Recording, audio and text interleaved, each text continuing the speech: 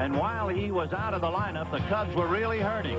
But he homered in his return, and he is back 100%. Andre Dawson has recovered from what could have been a serious beating against San Diego, and he has got his all-star stroke back. Meanwhile, talking about all-stars, Adley Hammaker served up a grand slam in the all-star game in '84 when he had a bad arm. He does not have a bad arm now. The Hardly Ables are back, the Giants and the Cubs.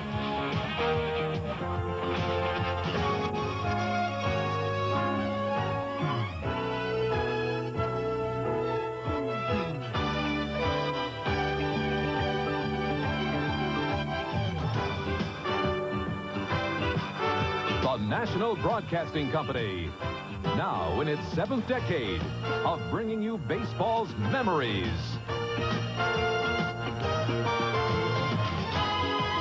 Baseball's milestones. Baseball's majesty. And baseball's magical moments.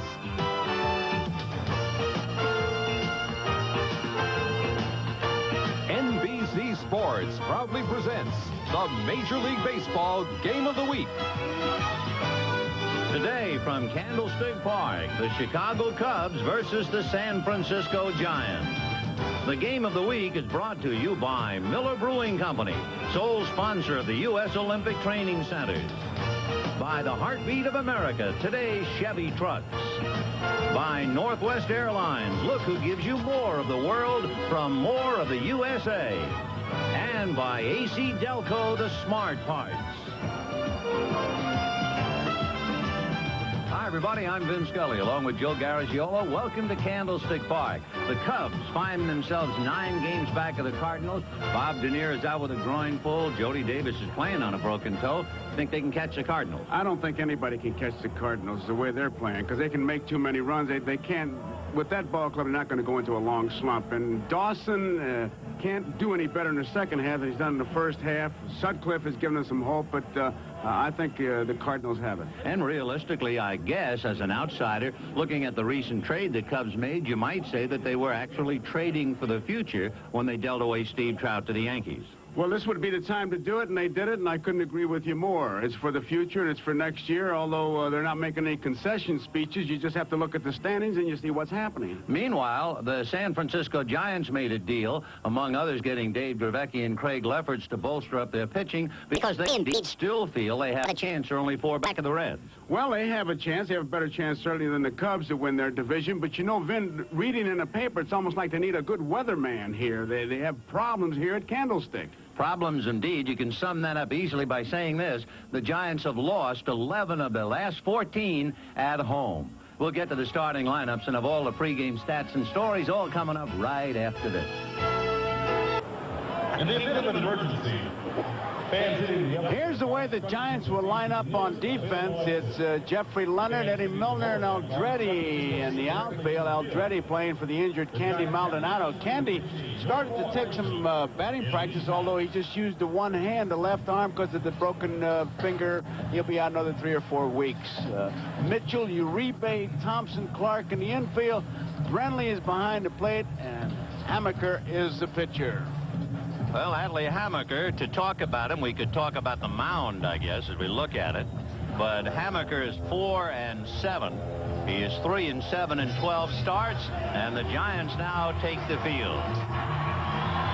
The Chicago Cubs, they've won 2 on this road trip. They've split 10 games with San Francisco, and they've won 3 out of 4 here at Candlestick. So it's interesting. The Cubs have done very well in San Francisco, and the Giants have done very well in Chicago. Here's the lineup for the Cubs. Bob Denier opening up in center field, and Ryne Sandberg at second base. Denier suffered a groin pull Thursday night, unable to play yesterday, and then just a few minutes ago, he is in there in center field. So then Sandberg, Andre Dawson in right, Brian Dayette in left, Keith Moreland at third base, Manny Trio at first with a left-hander Adley Hammaker going, so Leon Durham sits down. Jody Davis behind the plate. Paul Noche will be at shortstop, And Maddox, the pitcher, he's 5-7, 1-0 against the Giants this year and lifetime. Adley Hammaker twice has had surgery for a torn rotator cuff. You might remember he was a wonderful pitcher, but by the time he got to the All-Star game in 1984, he had a sore arm. Didn't tell very many people about it. Insisted on pitching with the sore arm, and will forever have the albatross around his neck that he served up the only Grand Slam home run in All-Star history. But those who know him know that it was more of a heroic act rather than one where he would wear the horns of a goat. So Hammaker trying to come back. And he is 4-7, 0-1 against the Cubs, 3-4 lifetime, and he's lost 3 straight. Then he gives his wife, Jenny, a lot of credit for coming back on his injury. Talking to him in the clubhouse, he said that in other injuries, he said, I would try to do everything that everybody told me, but with this, it was so serious. She sat him down and said, look, you do what the doctor tells you, and that's it. And he stayed with that, and he's come back very, very strong. The big difference in him, I think it's with all injuries. You really appreciate what you have now. And he's bearing down more on, for example, helping himself feel his position, holding runners on. And he's coming inside the right-hand hitters. Just a short time to Dravecki's over here, that's influenced him. So he's a little bit different pitcher, and he's got 4 pitches now instead of 2. You know, with all of his problems with the arm, about a year ago, he suddenly began to lose weight. And no matter what they did, they couldn't seem to stop it. And he just couldn't pitch at all. So it's really nice to see Adley Hammaker fight his way back and make it as a starting pitcher. And now we'll see how he goes against the Chicago Cubs. Bob Dernier, who's hurting, as we said, with a groin pull, but he's tough. He doesn't want to sit it out. He's hitting .369.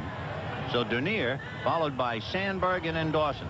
Jody Davis is in the lineup. He's had a broken right toe and refuses to give ground. So here we go.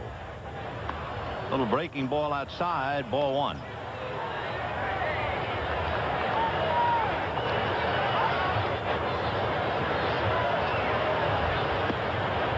Two balls and no strikes the count to Bob Dernier. And Adley Hammaker, who has lost 6 of his last 7 decisions. Dernier, at the other end of the 60 feet 6 inches, a very hot hitter. That's on the corner. Dernier, in his last 19 starts, is hitting over 400. And he has 6 3-hit games. So when he's hot, he stays hot. Little nubber back towards the box. Hammaker picks it up, nails it. So Dernier hits back to the box, 1 away.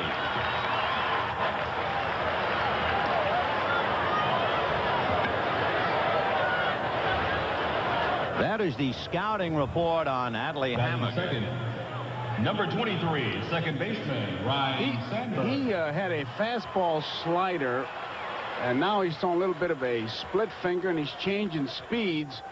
But his problem is inconsistency. He says, some days when I walk out there, I just feel like a different guy, and I'm just not as consistent as I used to be before injuries. All-star Ryan Sandberg coming up. Ground ball wide to third into the hole, base hit. So Sandberg, who is hitting better than .290 at Candlestick Park in his career, comes up and gets a base hit into left field, and that will bring up Andre Dawson. So the Prince Valiant of the Cubs is at first base, and now the big guy. Number 8, right fielder. Dawson has been wearing out the Giants, whether he's with Montreal or Chicago. He needs 1 home run for 250 in his career. He has a 10-game hitting streak. He's got 20 career home runs against the Giants. And Hammaker watching Sandberg.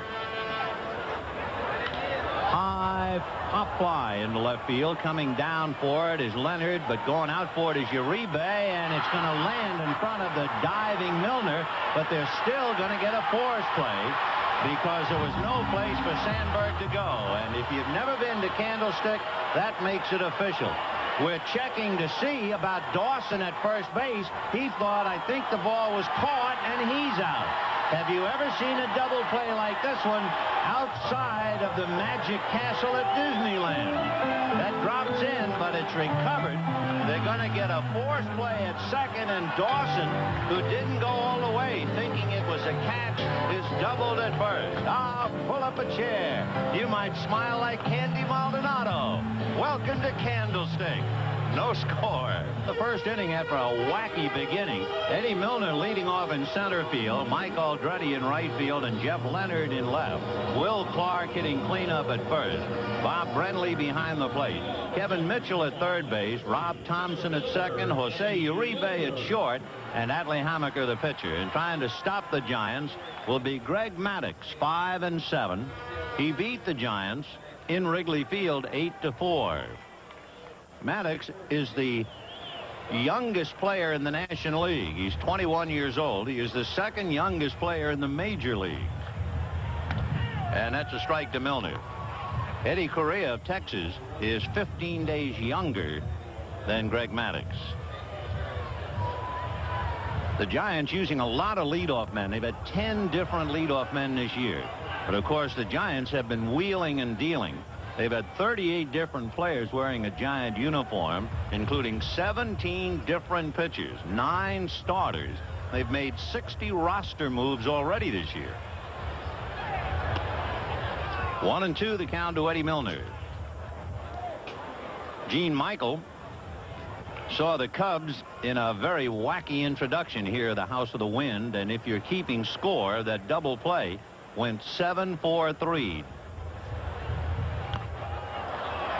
On that play, Andre Dawson, evidently thinking that the ball was caught, failed to go to first. In fact, in double checking with the scoring, because we were watching the ball, the play wound up going 7-4-2.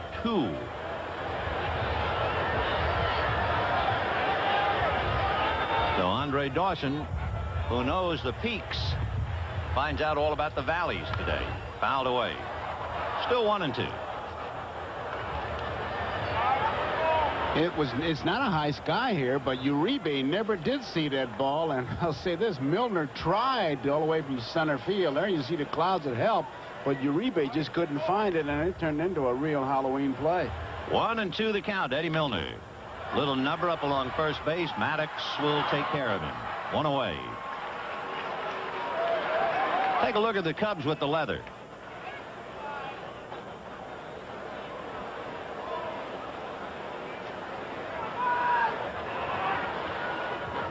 It'll be Diane in left field. Dernier is in center field. Got a little bit of a groin pull, as Vin told you, so it may cut down a bit. Dawson is in right field. Marlon Noche, what a versatile ball player he's turned out to be. It's shortstop Sandberg. Trios at first base with the left-hander going. Durham Arrest, Davis, and Maddux. Here's Mike Aldrete hitting .319 in the number 2 slot. He one of the 9 different leadoff men. Aldrete, in 11 starts since Candy Maldonado was injured, is hitting .375 as he tries to pick up the slack. The difference, of course, Aldrete is not a power hitter. He has just 1 home run over that stretch and a half a dozen RBIs. Maldonado, prior to his injury, had a dozen home runs, 48 RBIs, and Candy was hitting over .330. Ball 2. They're going to put Maldonado into a special nutritional and fitness clinic beginning Monday, I believe it is. And they said it'd be for 4 weeks. And when they said 4 weeks, he said, no, I'll be ready in 3 weeks. And they're going to take that special cast off and see if they can't get the thumb. He injured it here on a game of the week, going after a ball in the right field corner when he ran into the wall. And you might have caught a glimpse of Candy with a big grin on his face, obviously enjoying the discomfort of Andre Dawson. And there he is, walking with that hand heavily wrapped. 3-1. And it's ball 4 to Mike Aldrete. So Greg Maddux, 5-7 with the league, and he'll now be working on Jeff Leonard. Batting third. 0-0. Jeff Leonard, like Dawson and Sandberg, a National League All-Star.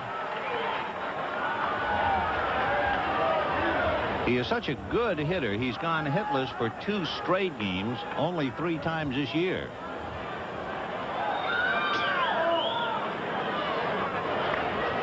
Aldrete at first, held on by Manny Trio. They're working on Maddox's move. Now, he's got, I think, 6 balks already, so he's having some problems with that move to first base. Doesn't have any trick pitches. Fastball, curve, change of speeds on his fastball. The chances are we might see a balk today.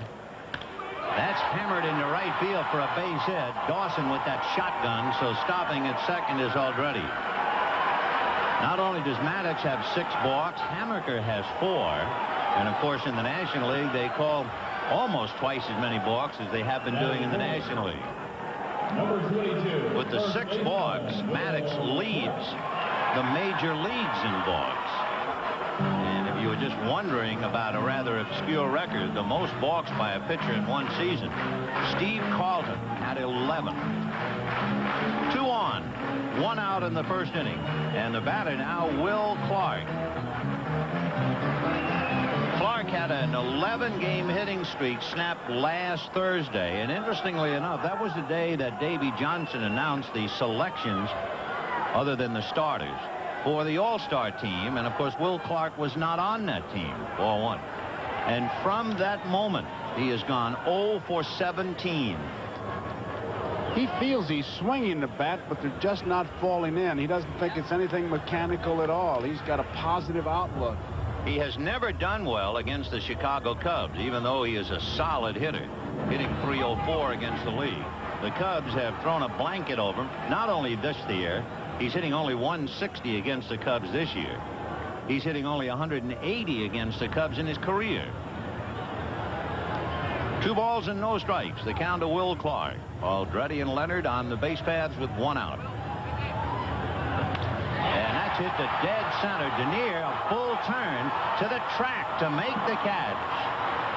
And the runners have to scamper back. So Clark hits it hard and deep, and the wind is blowing from right to left, and it could very well have cut that ball down a little bit. It's 400 to straightaway center. And it plays a big part in any ball hit in the air here. Well, if you're wondering if he's a low ball hitter, that'd tell you something. He hit the ball hard, and which is what he said before the game. I'm just not having any luck. Denier, a full turn, but he's a good outfielder, and he still had some more room. They have had tremendous winds, high-velocity winds in the San Francisco area, not necessarily just at Candlestick Park.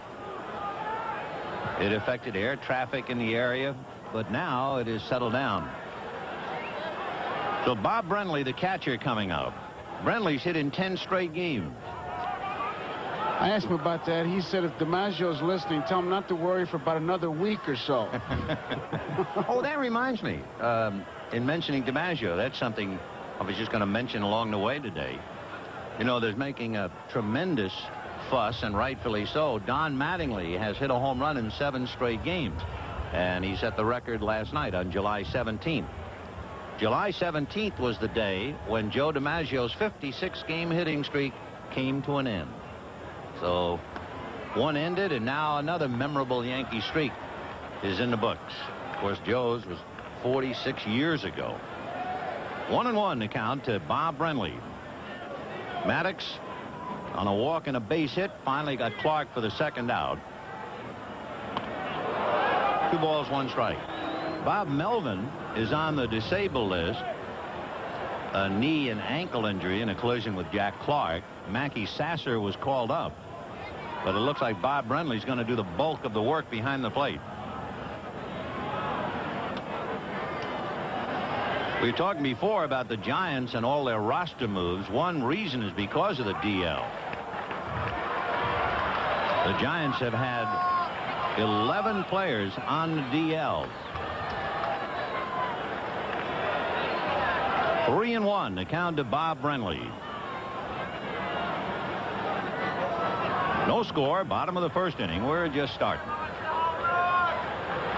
And that's hammered to left, hooking down the line, and goes foul. So Maddox dodged a bullet there. Brenly, with 9 home runs, 23 RBIs, sends a souvenir into the left field corner, but only a souvenir. That's a favorite bat that he's using. He's got about 6 boxes of bats atop his locker. And I said, man, what do you do with all those bats? He said, decoration. I only have one. I've been using it for about a month now, and that's it. Well, that one has gotten him his 10-game hitting streak. 3-2 and a fake. The runners, of course, will be ready to go.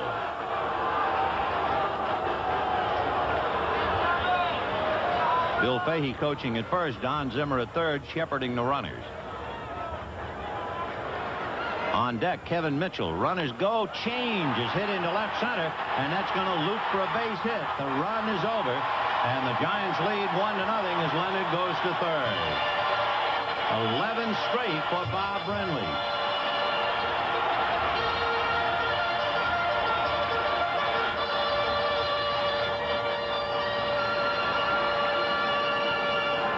Looked like the pitch might have been out of the strike zone, but Number 9, the strike zone, you don't get that Kevin particular. Let's see Mitchell. exactly where it is. It was high. Just a straight change. Yeah, the he 3-2 pitch. took something off it and got it in a terrible spot. That's one thing you don't want to do is throw that change up high. And you can see Jody Davis, now Herm Starrett out there, probably just settling him down. Say, hey, okay, you made a mistake. Forget about it. You still got 2 guys on and bear down on Mitchell.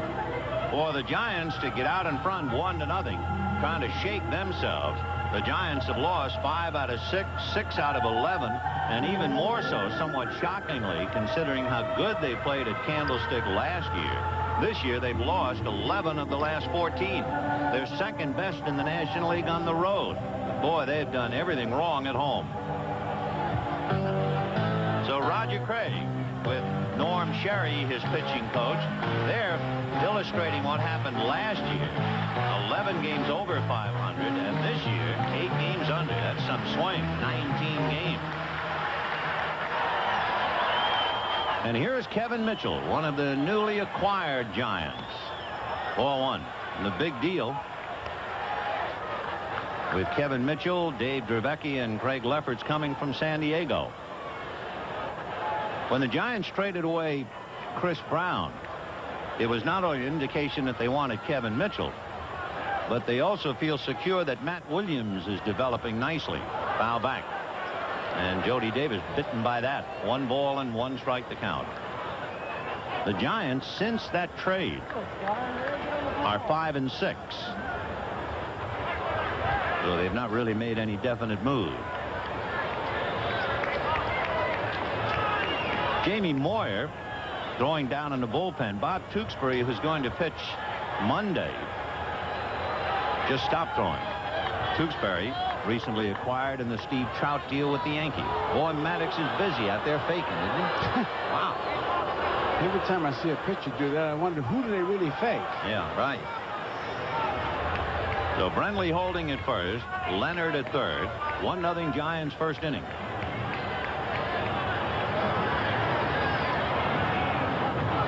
Hard slider, but he missed with it. 2-1 to count to Kevin Mitchell. Mitchell is looking for his first hit of this series. 0 for 9. Kevin from San Diego.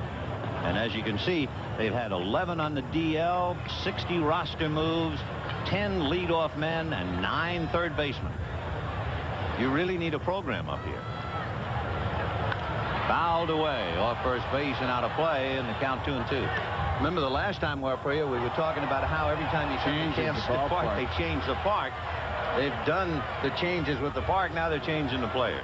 Well, the real collector's item here is a picture of the park and the team picture. That's right. And dated. That's right. It's good for about maybe 20, 30 minutes.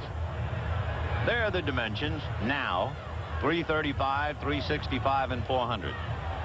So deuce is wild on Kevin Mitchell. 2 balls, 2 strikes, 2 out, 1 in, and Maddox is still at it. He is the busiest pitcher in town.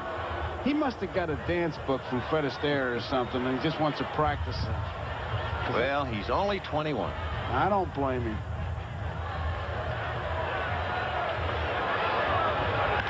And there's a fly ball up in the wind to right center. Denier with the shades down, makes it and drops it. In comes Leonard, in comes Brenly, going to third is Mitchell. And the Cubs are indeed welcome to Candlestick Park. It looked like he just never had that ball for sure. He's looking, and he's just not sure of it, and he's not sure of where he is. He kind of a little bit of a stumble there, and hit right off his fingertips. And you saw his sunglasses reflecting the sun. He looked a little bit like little Orphalani. For Denier, an excellent outfielder, that is his first error of the year, and what a killer. Instead of the third out, it allows 2 runs to come in. And you know, if an outfielder is going to make his first error of the year, it figures to be right here at Candlestick. He might have thought he had more room. Ball 1 to Rob Thompson, hitting .239. Mitchell, of course, not getting an RBI. That should have been the third out. But it is 3-0 San Francisco. What an inning for Chicago. And there's a dunker into right center, and it makes it 4-0. For the Cubs, this is the kind of a day where you want to hold your hands up and say, time. Let's go back to the hotel and start it all over again. You'd like to put the rewind button on and start it over, because on defense they had, as you called it, Vin, a Disneyland inning, and I mean on offense, and now on defense the same thing. He just gets jammed with this pitch, doesn't hit it hard at all. So the Giants are enjoying a slapstick first inning. And it is 4-0 San Francisco, and Jose Uribe, who's paid a visit to the DL, coming up to the plate. Uribe hitting .274. Switch hitter, and a very consistent one. He's hitting .273 left-handed, .276 right-handed. Interestingly enough, too, when Jack Clark went to St. Louis, he's the only player left from that trade. David Green, Gary Regick, and Dave LaPointe. And of course, LaPointe is back up again. 4-0 San Francisco. Uribe, the 8th man to come to the plate.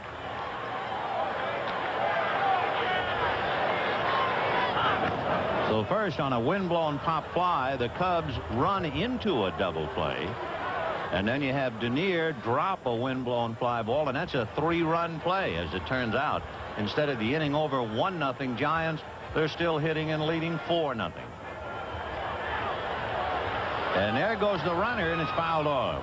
So Rob Thompson, who has stolen 8 out of 12, going on the pitch. And once again, we'd like to remind our viewers, we'll be selecting the NBC Miller Lite Player of the Game at the conclusion of the ballgame. Looks like he can get a pretty good jump off Maddox. Watch him when he comes set. He almost like fingers that ball even after he's in the set position. Once he starts that, he's got to come to the plate. I think he's been psyched, too, with a half a dozen balks called on him. I mean, that, I think, would intimidate a veteran pitcher, never mind a kid. You're going to be a little more careful because you figure Big Brother's watching you. He's made 29 pitches this inning. It's been a long one for him.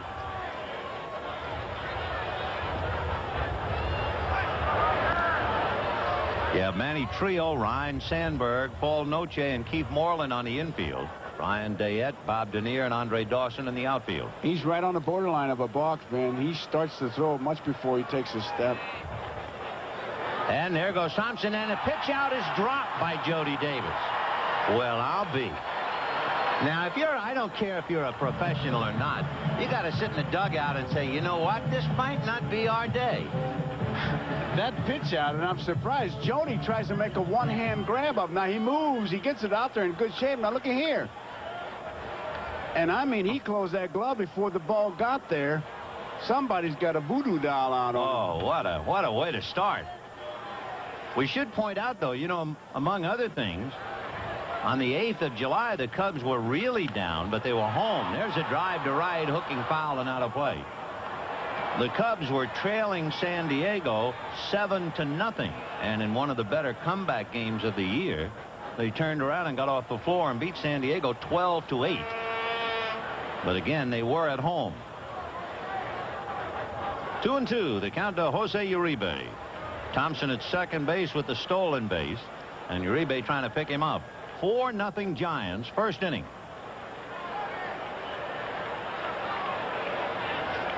It's like after you tell a joke and it goes flat and somebody always says, I guess you had to be there. Well, if you weren't with us in this first inning, you really had to be here.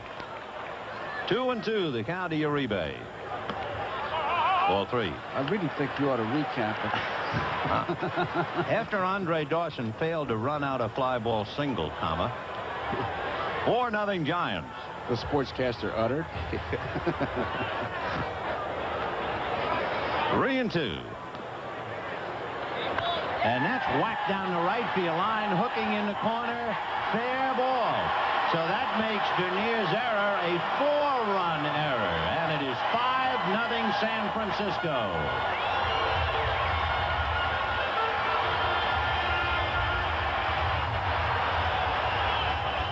So Rob Thompson comes in on the double by Uribe. And for Gene Michael, time to back up the team bus for the moment. But for Bob Dernier, he's got to be saying to himself, boy, that's great. That's just terrific. I make my first error of the year on national television, and it opens up the dike. It can be a humbling game. It really can. Oh, wow. Well, here's Adley Hammaker, who has struck out almost half the time, but he does have 2 runs batted in and 4 hits. He's got a good chance of putting an end to the rally. Yes. 1 ball, no strikes. A little chopper to third. Moreland. And there it is, friends. The final out of the first inning. 9 men come to the plate, and the Giants pick up 5. And at the end of an inning, Giants 5, Cubs 0. You know, we were talking about how the Giants won so many games at Candlestick last year and how this year they can't get on track. The first inning might remind Giant fans particularly how things can go their way in this ballpark. Because in the first inning, the Giants missed a fly ball, turned it into a double play. The Cubs missed a fly ball, and 4 additional runs come over. Tough place. It really is. And you can see Dernier was fighting that sun all the way. He just plain dropped it. Well, we'll see now if the Cubs can come back. Brian Dayette will start it off. Dayette hitting .316 with 4 home runs.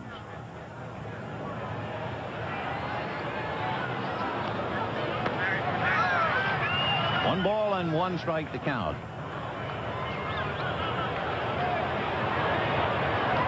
Dayette followed by Keith Moreland and then Manny Trio. Breaking ball up.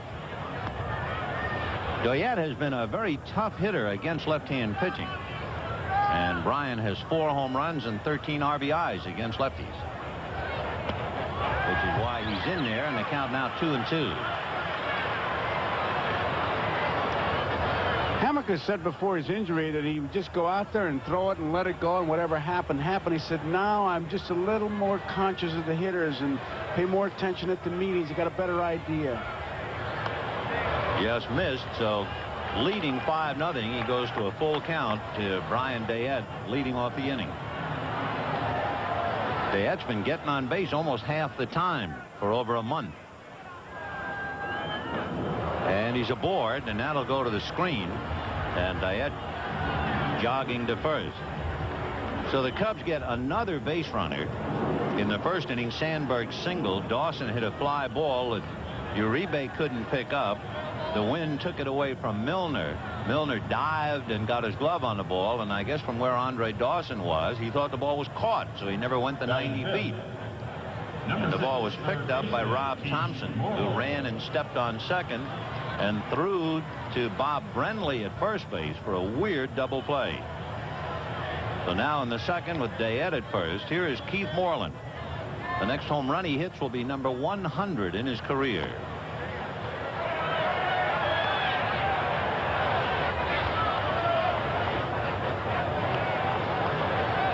Moreland moved from right field to third base this year, and he has played in every game.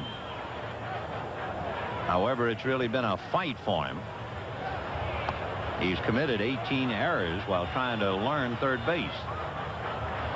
And Adley Hammaker now is in a jam, and Norm Sherry going out to the mound to talk to him. 2 balls and no strikes after walking Dayette.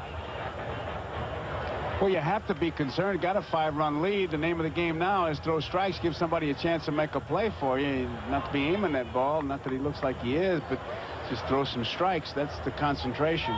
You know, when Norm Sherry found out that the Giants had made the deal with San Diego, he had to be happy because He was a member of the National League champion Padres team in 1984 when Dave Dravecky and Craig Lefferts pitched the Padres to the pennant. So Sherry now has two fellows he is really familiar with back under his wing. 2 balls and no strikes. The count to Keith Moreland. Brian Dayette at first, nobody out in the second inning. 5-0 Giants. And he missed again. 3-0 the count. On deck, Manny Trio. And Trio's been blazing hot. That's a strike. The Cubs, #1 in the National League in home runs. They've hit 119 home runs. One reason why they're not ever out of a game. And there's a line drive, base hit into center. Dayette had a hole thinking maybe Uribe would flag it. You realize that the Cubs have had 5 batters come to the plate, and 4 of them should have reached. Fastball, and Moreland really hit that ball hard. You can see it coming right at you with our center field camera. Uribe gave it a good shot, Batting 6. but it was by him. Number 19, first baseman. So with 2 on and nobody out here in the second inning, Keith Moreland line single to center. Dayette is now at second, and here's Manny Trio. Since June the 1st, Manny has been hitting better than .400.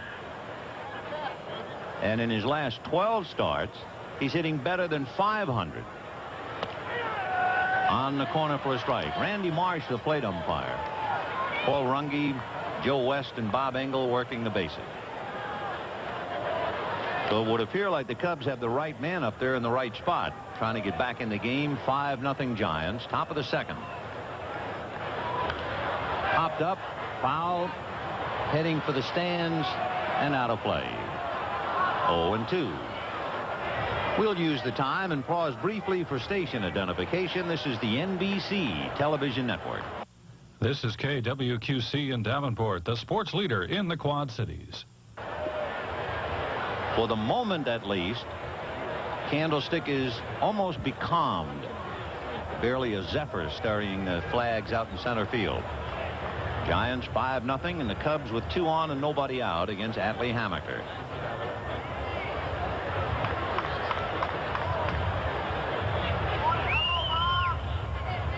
Two. Busted bat, ground ball to Thompson. He feeds Uribe. He doubles him at first. So Hammaker saws a bat and a half in the hands of Manny Trio. Dayette has reached third, but with 2 out, and Jody Davis will be coming up. The slider hit it off the end of the bat. Looked like Thompson might take the play himself, but wisely gives it to Uribe, who's throwing towards the bag. He just came across an easy double play. The Giants have turned the most double plays in the National League. 114 double plays. Of course, there's a lot of things you can interpret from that. Good infield, good defense, but also an awful lot of base runners. They've had 2 double plays today. And with Dayette at third, here's Jody Davis. Jody with a broken toe, all they can do is tape it and turn him loose. Now that's got to be a tough day, playing with a broken toe. Hoping you don't get that foul tip to hit you on that bad bunion. And he promptly hits it into left field. Coming up is Leonard to make the catch. No runs, 1 hit, 1 left at the end of an inning and a half. 5-0 Giants. The state in baseball 60 years ago today. Mel Ott hit his first major league home run against the Cubs at the Polo Grounds, and it was an inside the park home run for the then 18-year-old who would hit 511 home runs and be immortalized for his years with the Giants, and the memory lingers even here at Candlestick. Melvin Thomas Ott from Gretna, Louisiana, the pride and joy of John McGraw. Boy, with that batting stance where he cocked that front leg up, he really was the guy you pointed to when you say, hey, if a guy can hit, don't fool with the stance. In fact, that was what John McGraw did when he saw Oddie at about 17 years old.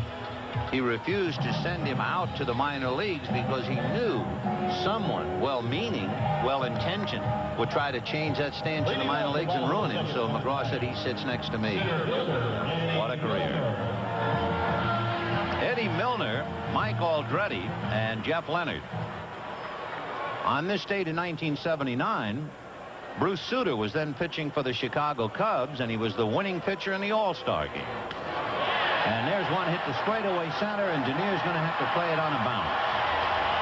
So Milner, fly ball, single to center field.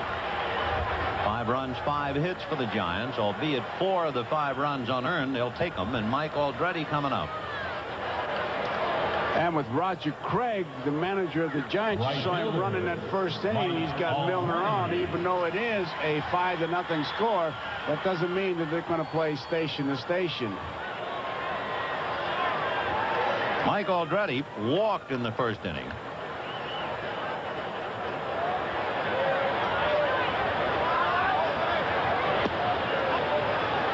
One ball and no strikes.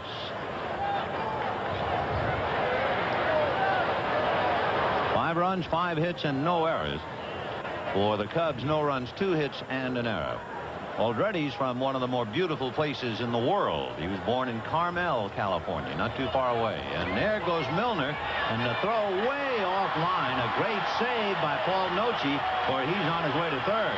He really had to hurry that throw because Milner had a tremendous jump. Once, as we pointed out, Maddox started to finger that ball.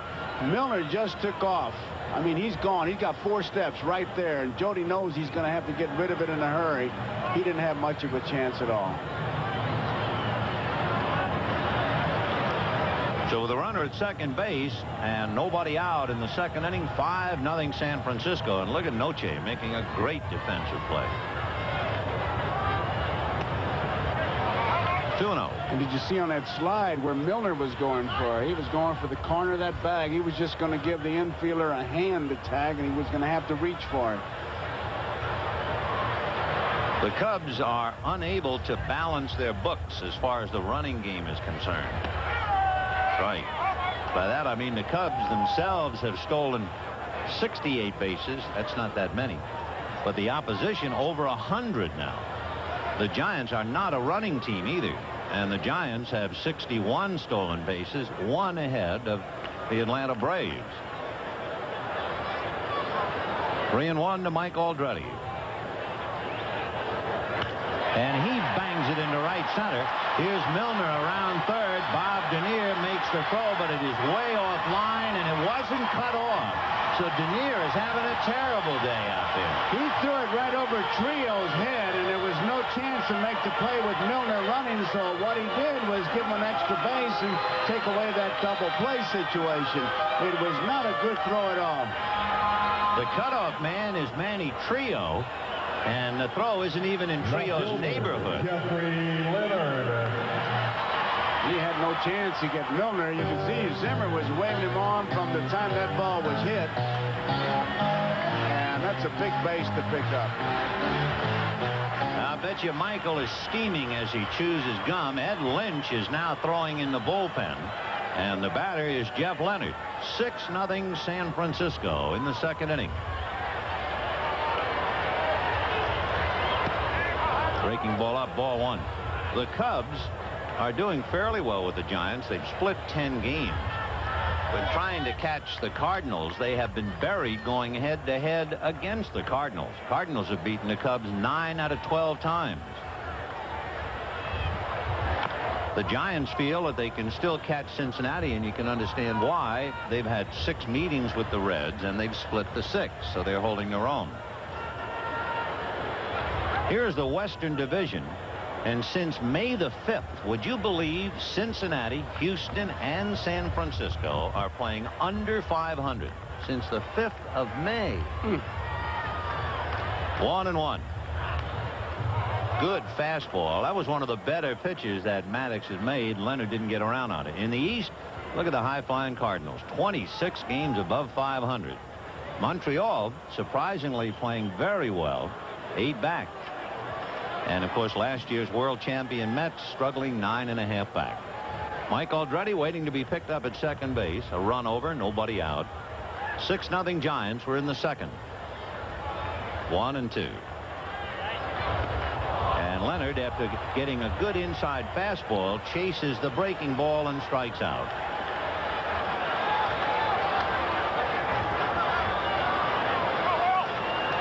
That's the curveball. He's got it in a good spot. Ahead of the hitter, he puts it outside the zone. Leonard trying to at least get a piece of it, misses it, and it's a big out for Maddox. That was right out of the ideal scouting report. Fastball, high and inside, breaking ball down and away. That's the way you go to the Hall of Fame. Yeah. A little late right now. 6-0 San Francisco. And here's Will Clark, who flied to center in the first inning. By the way, Greg Maddux is due to bat second when the Cubs hit in the third inning, so Lynch might very well be loosening up because they're going to use a hitter. Fouled away.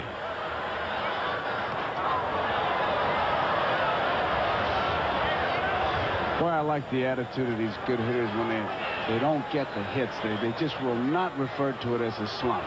I mean, just will not give in to it psychologically. He hit the ball hard in the first inning. Just an out. Another ground ball to the right side. Sandberg is on it. On the play, Aldrete takes third, and we have 2 down. And Bob Brenly, who kept his streak alive with a base hit to drive in the first run in the first inning. Brenly has hit in 11 straight. That was that. It appeared to be a bad pitch. A 3-2 change up, and Brenly singled to drive in the run. And then Mitchell hit the fly ball, and Dernier dropped it, and the merry-go-round came right off its moorings. Aldrete at third, 2 out, 6-0 San Francisco. 4-1. Of course, for the Giants, there is a very sobering fact. And even though they might be inclined to feel loose and easy today, memory tells them tighten up. Memory tells them not to take anything for granted because they've had some painful experiences this year.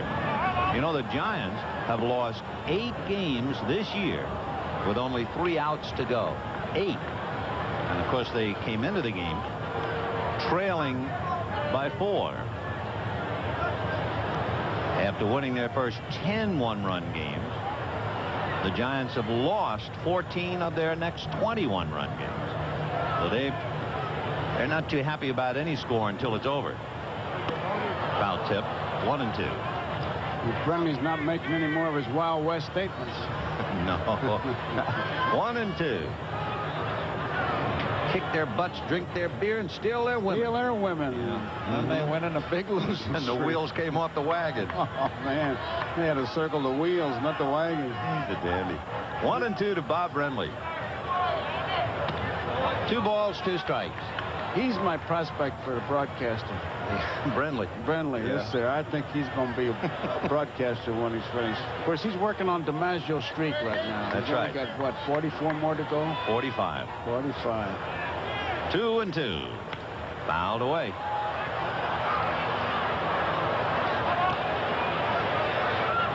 Well, when you think of that, that's incredible. And you stop to think that the base on balls, you know, you could have walked him and stopped it. Now he had to widen the zone. That's an incredible feat. 56 straight. 2-2. And got him. No high change. It was a high fastball to punch him out. However, the Giants get a run on 2 hits and a man left. And at the end of 2, Giants 6, Cubs nothing. We'll be right back after these messages from you. We're going to the third inning with the Giants leading the Cubs 6-0.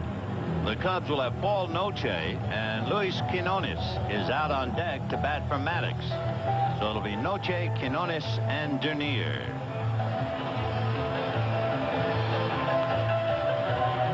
Adley Hamburger leading by half a dozen. However, Sandberg singled, and Dawson would have had a windblown single except for the jam in the first inning. Dayed walked, and Moreland singled, but then Trio hit into a double play. The point being that, at least for the moment, Hammaker is not really in control of the game, not by any means. So here's Noche, hitting .279 and playing exceptionally well. with the regular shortstop, Sean Dunston, out. In fact, Noche did a wonderful job, he and Mike Brumley, while Sandberg and Dunston were both out. 3 home runs, 12 RBIs for Paul. 0-2 slider. Really had that in a good spot. If Noche hits that ball, he hits a little dribbler to Mitchell.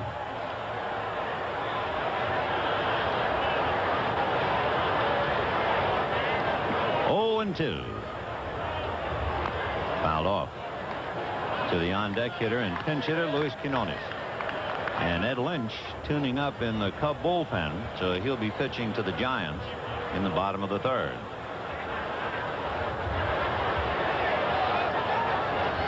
Oh, and 2.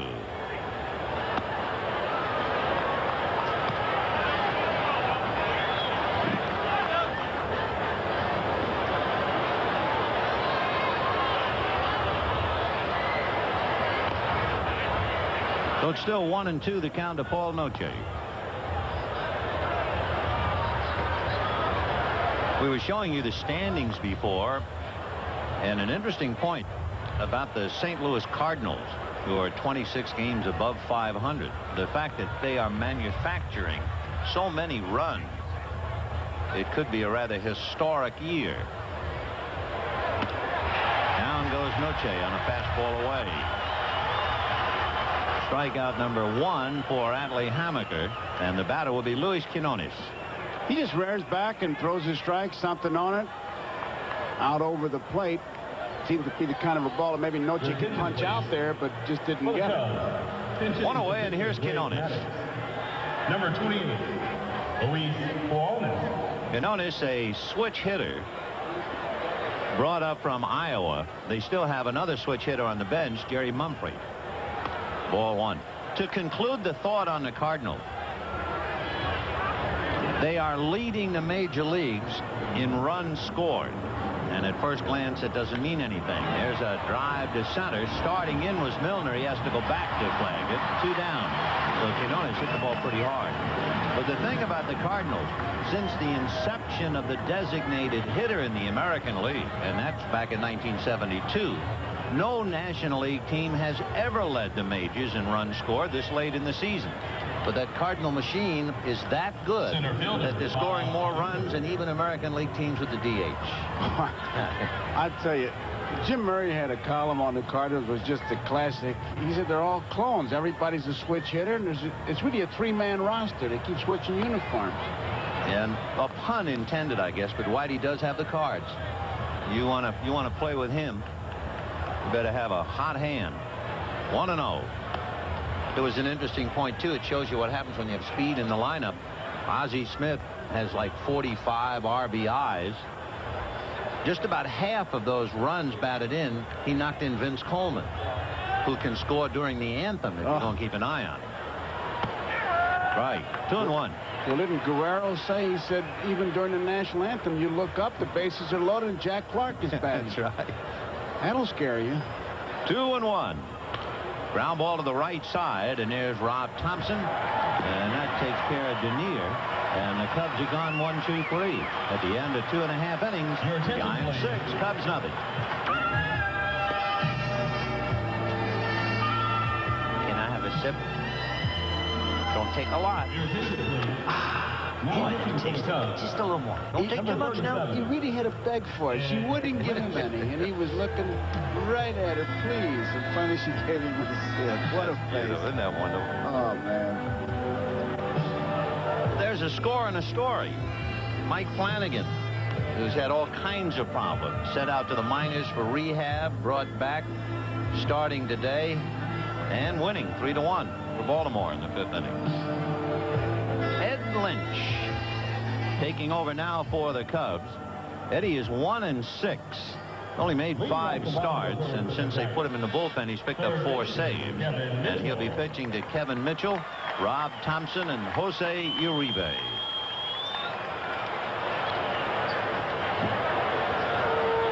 Mitchell hit the fly ball that was dropped by Bob Denier and turned out to be a killer.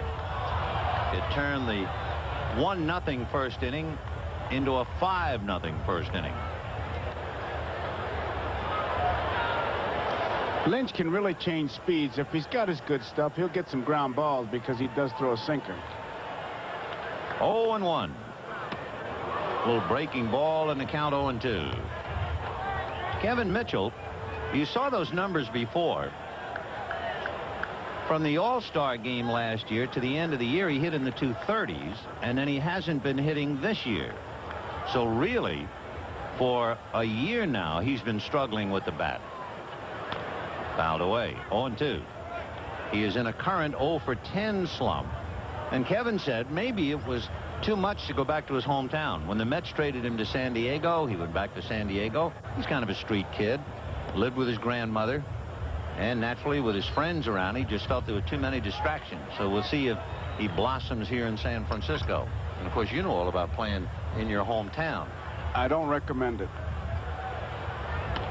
Strike 3 calls. So Mitchell continues to struggle, and Gene May knows all about struggling as he looks on, and Lynch picks up his first man. It's like he catches the outside corner. Lynch has good control. He's not going to get himself in trouble, no doubt about it. Second I'd like to baseman, elaborate just a bit why I said it so quickly, Vin. For one thing, everybody went to school with you. Everybody went to school with your brother, your family, worked with your father, they all won tickets, baseballs, call you all hours of the night, and if you don't do it, you're a real ironhead, and that's where it begins.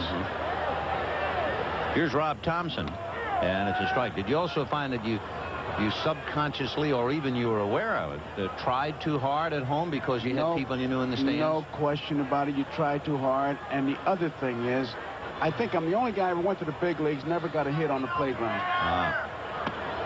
1-1. Everybody comes up to you. I remember you. I used to strike you out all the time. And you say, wait a minute, I got to hit someplace. Someplace I got to hit. 1-1 to Rob Thompson. 1 out in the third. 6-0 Giants in the third inning, with Jose Uribe on deck.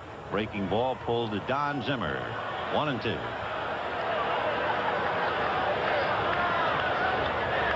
Don Zimmer. Is he something? I have a picture of him in my scorebook with him dressed in a tuxedo, and him wearing a tie is a real upset. I may just give you a little bit of the National Enquirer on him and ties if you want it. Oh, boy. 1-2 the count to Rob Thompson. And that's fisted foul upstairs, so Robbie is still there. When he was with the Yankees and they had to wear ties, his wife had to tie the tie and put 4 of them in a suitcase. He can't tie a tie. Don Zimmer. He might have been a great player. He was seriously beaned in the minor leagues. The first time I saw him was shortly after he had been beaned. He couldn't speak. Oh. Really, he could not speak. There's strike 3 call to Rob Thompson. I'll tell you one thing. If there's a Hall of Fame for good guys and popular guys, brother, he'd be right there, old Zim. In the World Series, the year that he was beaned in the early 50s, he was given the Dodgers requested permission, and the commissioner allowed it. And Don Zimmer sat in the dugout during the World Series, the Dodgers-Yankees. And then, finally, with a plate in his head, made it to the big leagues and was beaned again by Hal Jeffcoat. Remember that. Jose Uribe takes ball 1.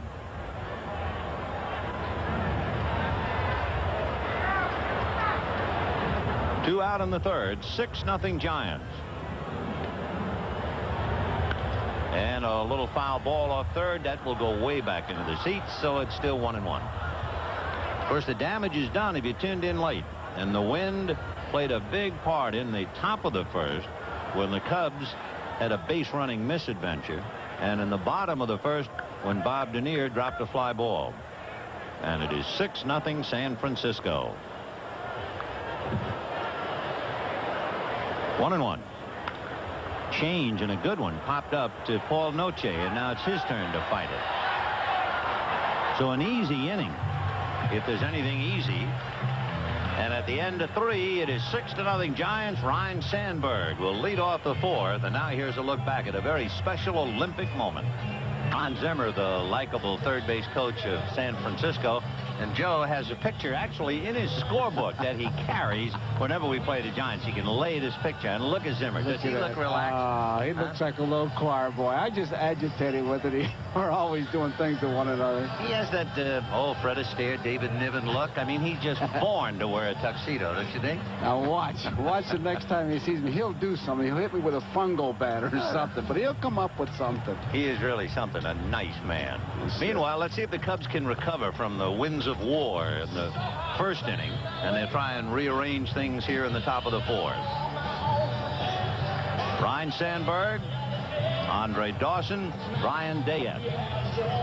Hey, while we got a chance here, I'd like to mention the guy, an old ball player who just got a new job. Pete Ramos is going to be the pitching coach in Miami-Dade Community College.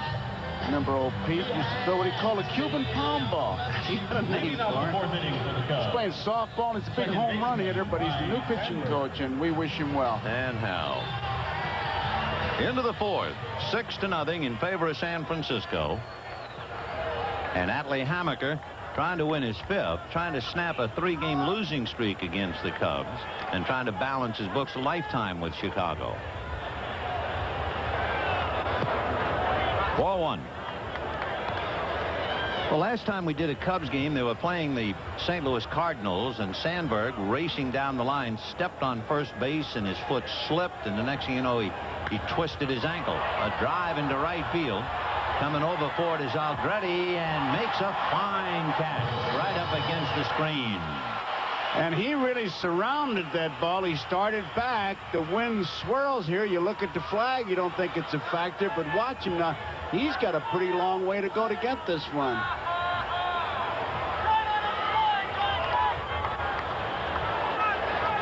Nice play by Mike Aldrete to take a possible extra base hit away from Ryne Sandberg.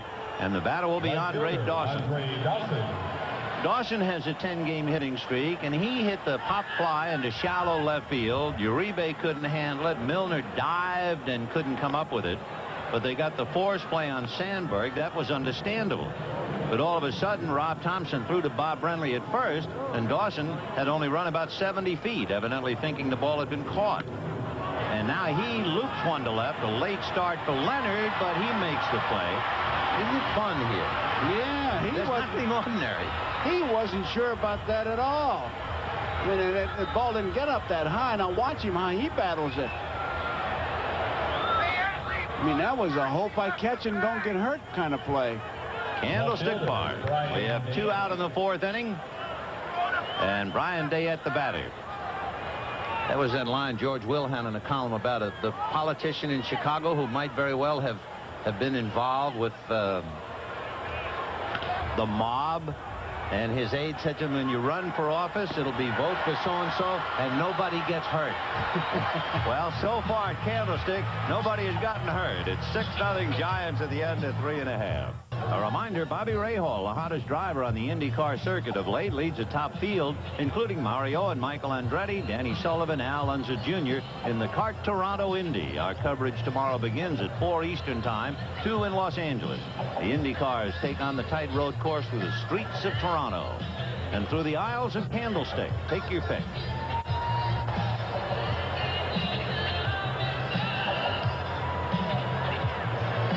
It looked like the sunglasses of Bob Dernier when he was going after that fly ball, the way they were glistening.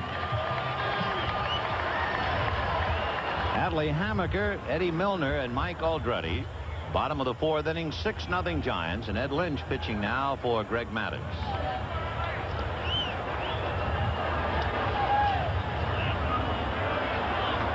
Ed Lynch, New York boy, originally with the Mets.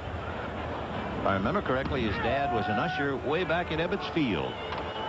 So he has a New York and a baseball background.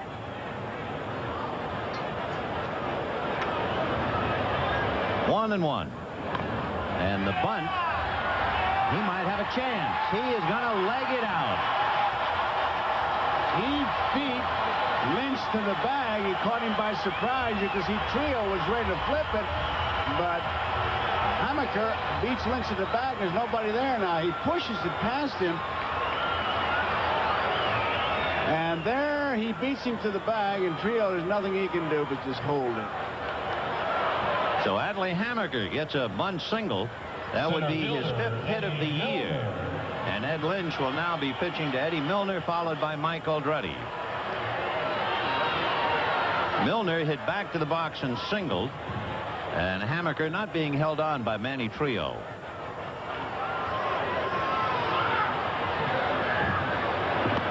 Breaking ball strike. Interestingly enough, Hammaker has not sacrificed this year. So there was no tip-off that he was a good bunter. And he dropped a dandy.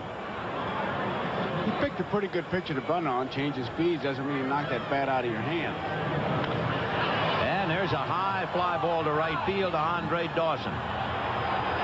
And holding is Hammaker. So 1 out. When you look at the Giant lineup, and remember, we're only in the 4th inning. The only people on the outside looking in, Will Clark, who flied deep to center and grounded to second. Kevin Mitchell, who hit the ball that Denier dropped and struck out. They're the only 2 without a base hit. Mike Aldretti has walked and singled.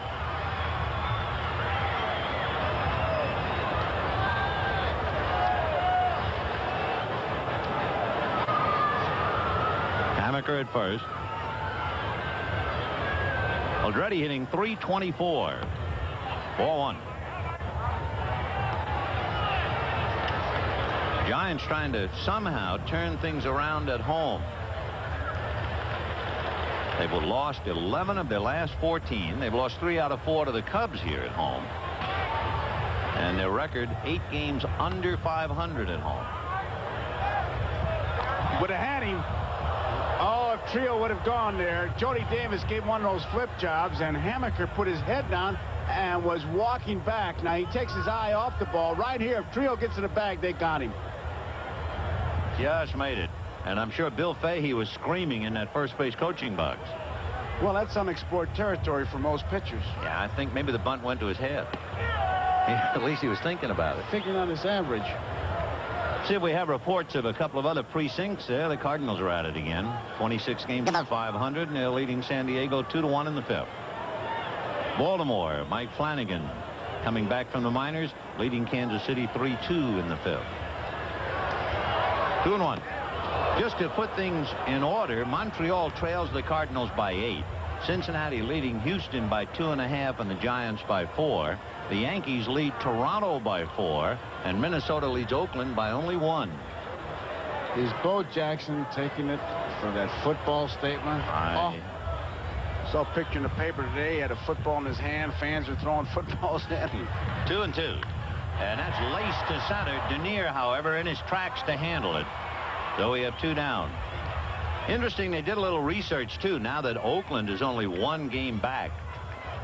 And historians would like this one, the fact that only 9 teams have ever hosted an all-star game and gone on to host a World Series. Only 9. And, of course, Oakland would love to have that honor. Left fielder, Jeffrey Leonard. Jeffrey Leonard, single to right and struck out. 1 for 2. Speaking of striking out, we just got word that Bo Jackson has struck out twice already today in that game. He's really put a lot of pressure on himself. Oh, and how. Another fellow who strikes out so much that it's mind-boggling. After all, Jackson does hit a lot of home runs, so he just pays the bill when he strikes out. But Gary Pettis of the Angels strikes out a remarkable number of times, considering he's not a power hitter. They get the force play, and that's that. A base hit and nothing else. So at the end of 4, the Giants 6 and the Cubs nothing. And we'll be right back after these messages from your local station. He was the honorary coach for the National League in the All-Star game in Oakland. Hall of Famer Billy Williams. I love that one quick shot we had of Billy Williams coming up out of the National League dugout, full of enthusiasm after they had just dodged a run-scoring situation. It showed you just what makes a great ball player, and now a coach, Tick, still has that competitive desire. I'll tell you, he still got that beautiful swing. Every swing he took was a hitting clinic. I'll tell you, man, it was something to watch. And that old-timers game I played in, first time up, bang, line drive. Well, the Cubs are looking for bang line drive. They come up in the 5th inning and they've been blanked. The Giants 6 runs, 7 hits, and the Cubs no runs, 2 hits. Keith Moreland singled in the second inning, but was doubled up when Manny Trio hit into a double play. Moreland, Trio, and Davis. And Atlee Hammaker on the mound for San Francisco. 1 ball and no strikes. We mentioned before about Moreland with 99 home runs in his career, and all but 10 of them as a Cub. He played for Dallas Green in Philadelphia.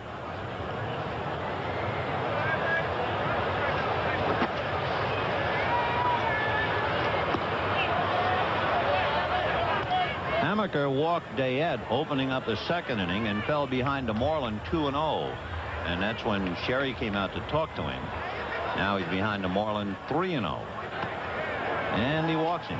So, of course, that's frustrating for Craig to have his pitcher walk a leadoff man 2 of the 5 innings when he's leading 6-0. And the batter, Manny Trio.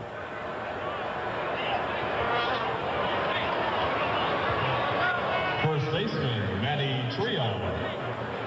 Manny Trio hitting .297. Kind of a suitcase man. You see he's bounced around. Ron Davis begins to throw now in the Chicago bullpen. If they get down to Ed Lynch's spot, Gene Michael thinking about a hitter. Right. There's Davis.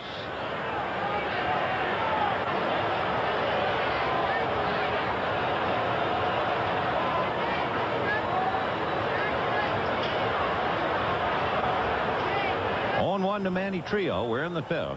6-0 San Fran. Moreland at first. Foul back. 0-2 the count.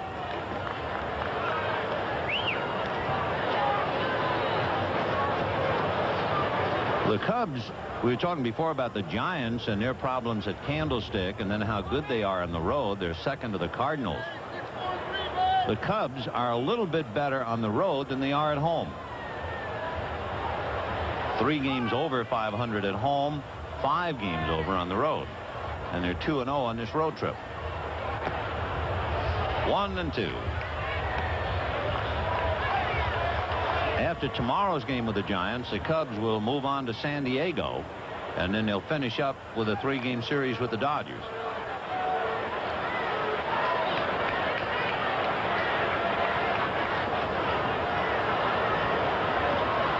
Standing at first, Keith Moreland. They don't figure to have Moreland do any running, so Will Clark just kind of visits with him. 1-2.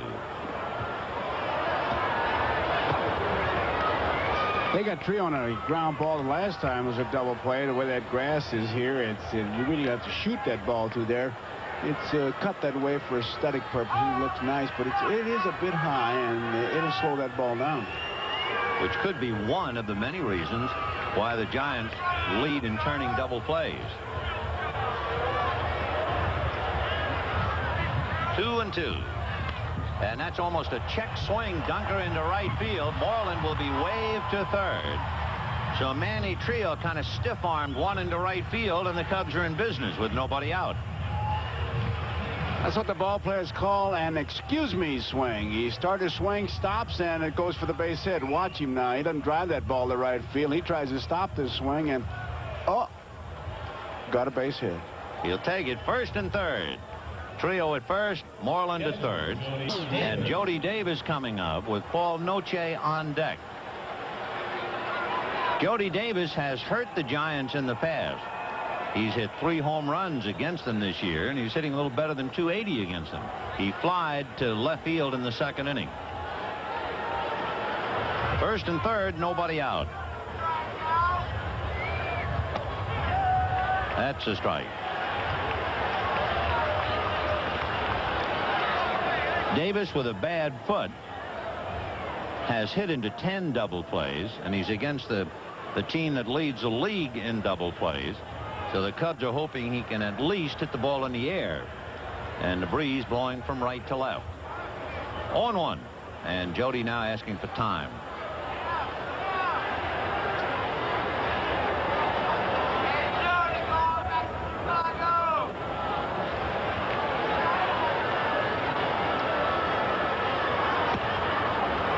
ball and 1 strike. This has not been a good year for Jody Davis. Oh, he has 11 home runs, 30 RBIs. Nothing wrong with that. But he's hitting in the very low 200s with runners in scoring position. And he's hitting way under 200 with men on base, period. So he's been struggling with the bat when it really counts. He tried to golf that breaking ball. He was really trying to lift it. He's a curveball in a good spot, and he wanted to try to get that ball in the air to get that sacrifice fly. But he misses it by a good margin. 1-2 the count to Jody Davis. Paul Noche on deck.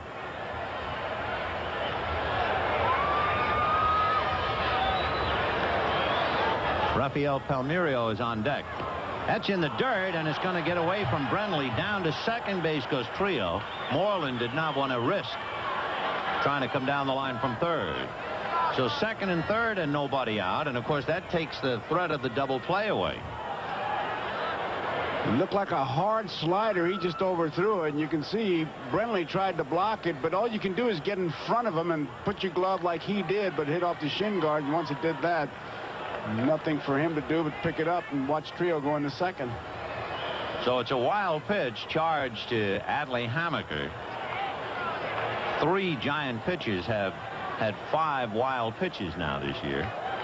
2-2 the count to Jody Davis. It is 6-0 Giants. The Cubs with an opportunity to get back in the game now. At third base, Keith Moreland. At second, Manny Trio. Nobody out. Ground ball, foul.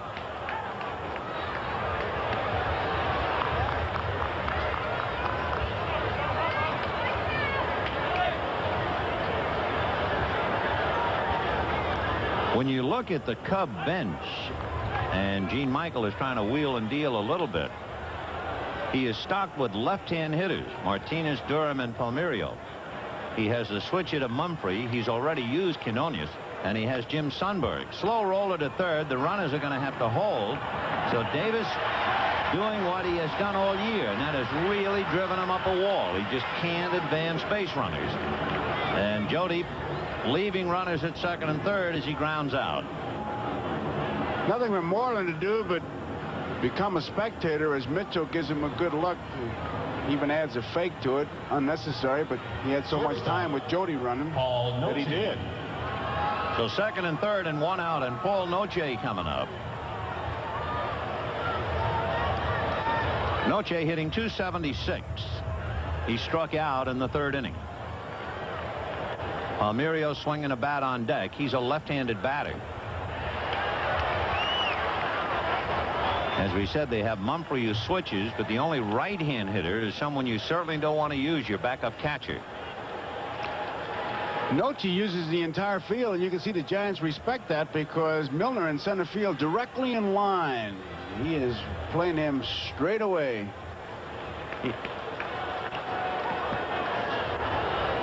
He came into the game hitting .333 against the Giants, so they have to have a healthy respect for him. 0-1.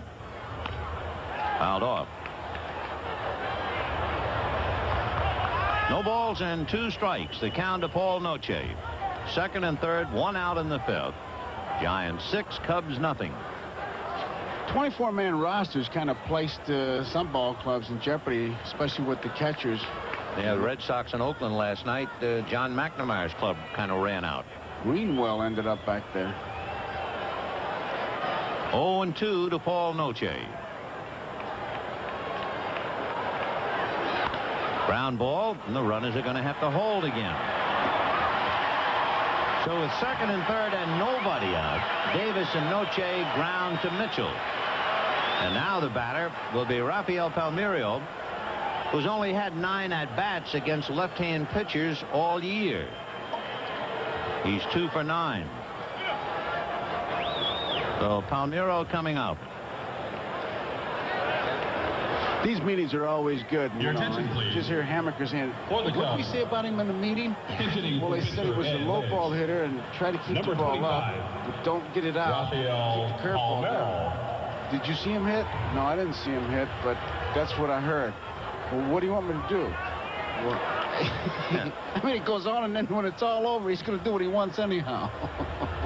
Well, we'll see about Palmeiro. You know, we were talking before about Mumphrey, too, as a switch hitter.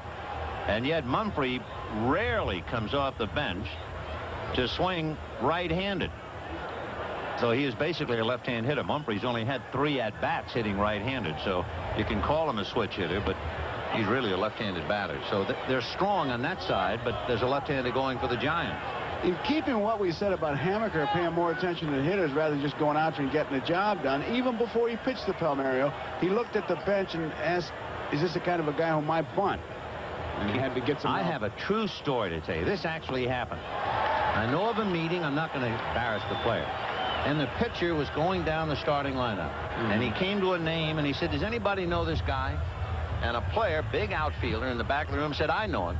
Pitcher said, tell me about it. He said, well, he's married, he has 2 wonderful kids, and he drives a station wagon. Ball 2. 2 and 1. Wonderful. I tell you, if you could tape record some of those meetings. I like Gardner's quote. Billy Gardner says if they have to have meetings, the only meetings I like is the one where you split up the shares. Yeah, and how? What a nice meeting that must be. And that's popped in the air, and Will Clark is going to have a play if he can find it. He found it.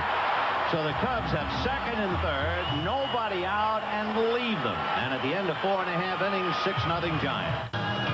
Here's Will Clark fighting the elements on that towering pop fly. He had the sunglasses down. He needed the glove to really stay with it. And then finally, when he felt he had it in his sights, he took the glove away to make the catch. You learn every possible defensive trick, and of course one other thing is to blacken underneath your eyes to cut down reflection.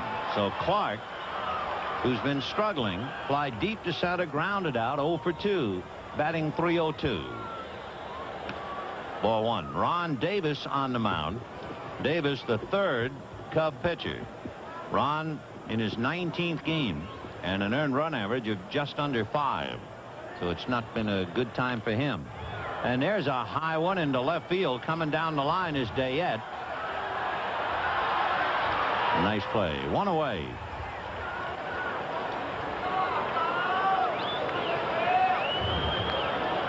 If you don't have sunglasses out there today, it would be a disaster. And Dayette needed them every inch of the way. He caught that ball behind him. Bob Brenly singled in the first inning to drive in a run. He has hit in 11 straight, and then last time up he struck out. Ball 1.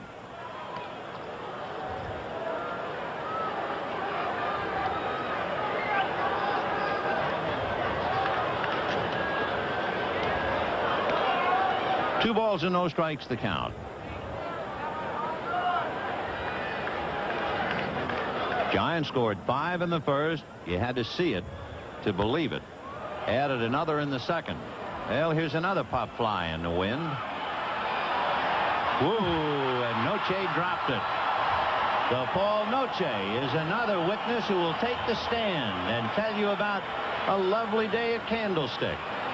He was waving people off. Watch him, and he never gets to it. Never did get to it. He waves them off. He says, I got it.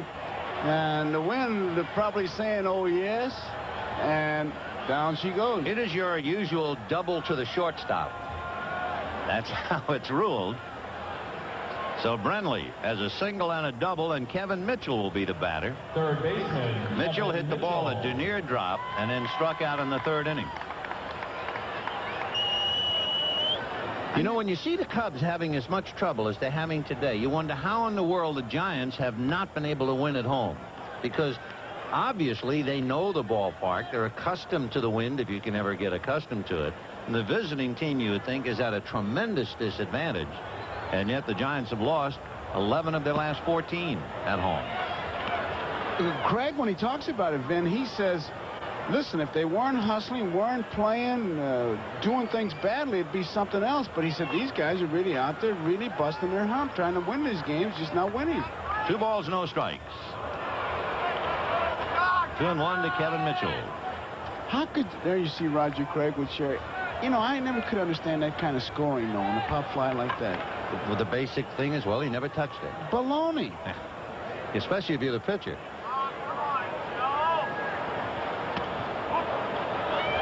There are a lot of things. The rule book doesn't say it. But you know, it is the big leagues. That's right. That ball should have been caught. Oh, sure. Now the run comes in. Ron Davis ERA skyrockets some more. 3-1 the count to Kevin Mitchell. Foul back. What was the difference on that pop fly than the one that Milner tried to catch? That goes a base hit? Yeah, Milner diving at the ball at Andre Dawson. It would have been a base hit, except they got the force play at second base. See, I don't. That kind of scoring gets to me. 6-0 in favor of San Francisco. Bottom of the 5th inning, 1 out. There's a great columnist here in San Francisco. I think he's on his vacation now, but whenever I come up here, I always love to read him. Herb Cain, strike 3 called. And Herb Cain made an observation, umpteen years ago, about a rather garish-looking new hotel in San Francisco. But it really applies now to Candlestick Park, because he said, quote, "It looks like the box that Disneyland came in." And when you see a game like today here, you think, that's right, Disneyland arrived in this box. Here's Robbie Thompson. Single, struck out, 1 for 2. Remember the All-Star game when Stu Miller was blown off the mound? Yeah. Yeah. 1-0 the count to Robbie Thompson. We'll have a station identification coming up in 1 moment, just after this pitch.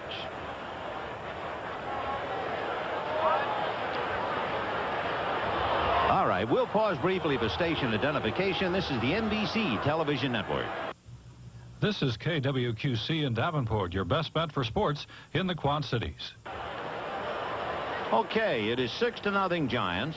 Brenly with a wind-blown, sun-blinding pop fly double is at second base with 2 out. And Robbie Thompson up there with the count, 1 ball and no strikes. 5 Giants have struck out today. They average about 7 a game. That's why they lead the league in striking out. Breaking ball, and that's not struck out. That's hit deep to left. It is hit out.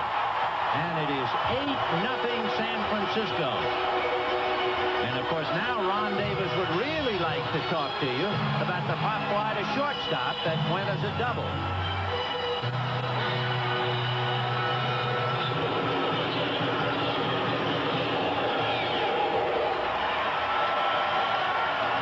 Davis came sidearm to Robbie Thompson, but Robbie didn't give any ground. Ball stayed inside, and he just drilled it. It comes from the side, right down the middle. So San Francisco leading now 8-0 for Rob Thompson, his 8th home run of the year, and for Ron Davis, the 5th home run that he has allowed.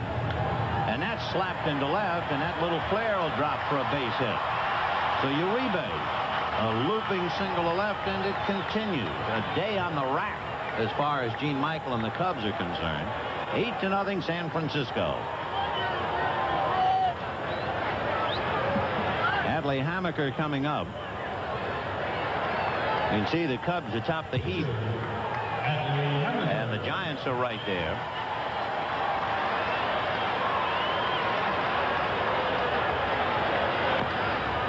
Fouled away. The Cubs are on a pace to hit 215 home runs this year. That would be an all-time club mark. The Giants are on a pace to hit 207. Another mark. Strike. And Mark McGwire's on a pace that's just not to be believed. 0-2. And that's hit in the air to right field. Dawson was playing shallow and makes the catch. 2 runs, 3 hits, 1 left at the end of 5. 8-0 Giants, and here's another edition of Characters of the Game. It was on this day when Willie Mays had his 3,000th hit. I guess the best ball player I ever saw, that's for darn sure. Willie Mays. I want to double check the year. Said 1971, and of course he will forever live in memory, along with Mel Ott, another Hall of Famer. There they are. Willie McCovey, Juan Marichal, Willie Mays, Carl Hubble, Mel Ott, Bill Terry, Christy Mathewson.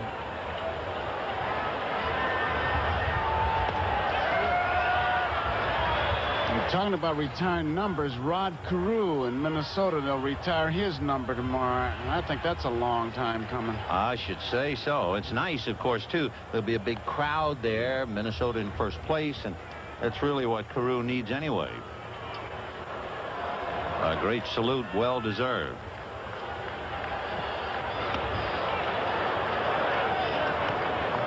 Two balls, one strike.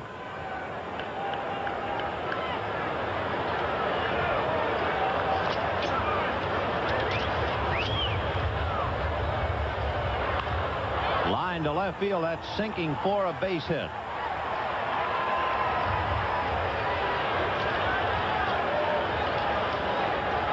Let's check the scores. The Red Sox took care of Oakland today. The A's were just one back, but Boston bangs them 5-3.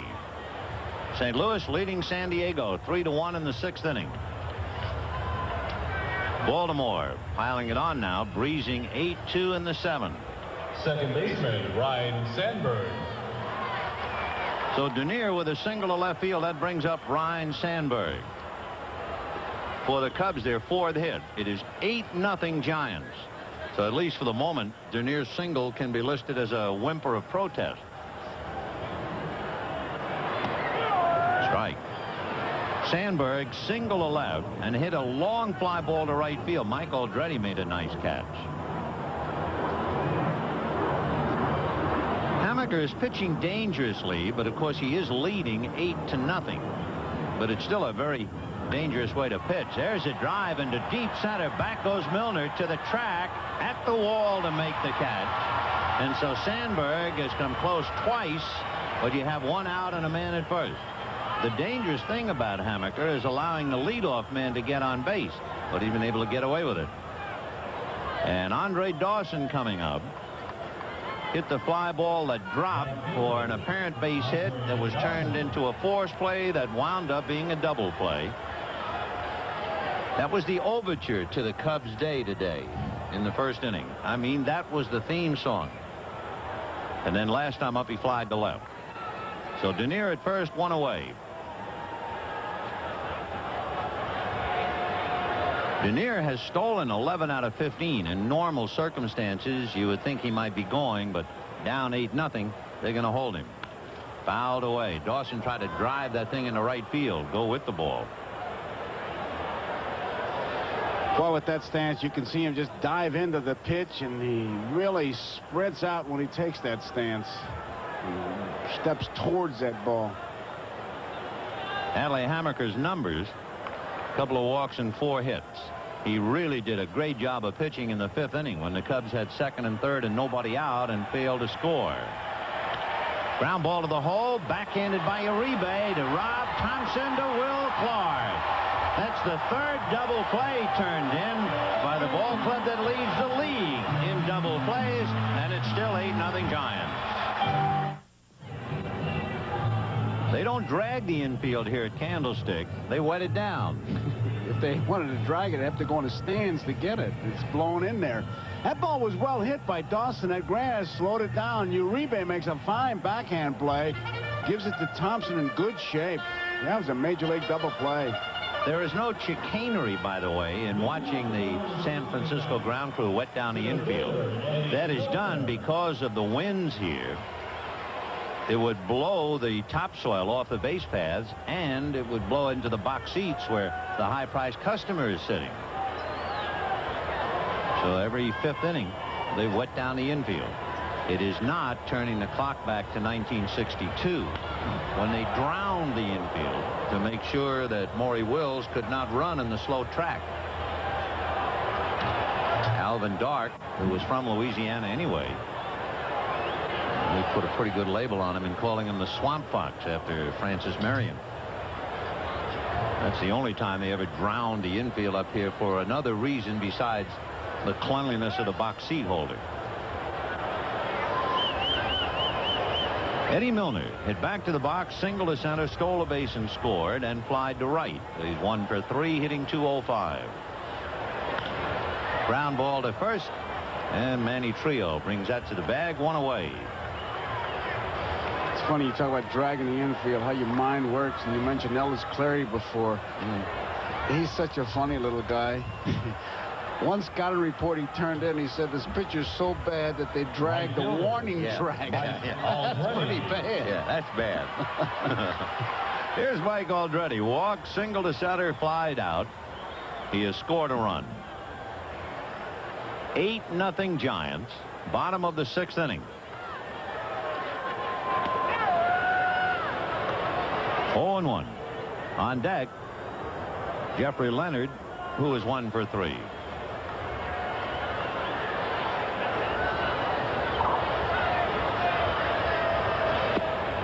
The Cubs have used Greg Maddock, Ed Lynch, and Ron Davis. Atlee Hammaker going for the Giants, trying to win his 5th, and he's leading handily, and he's gone the required 5.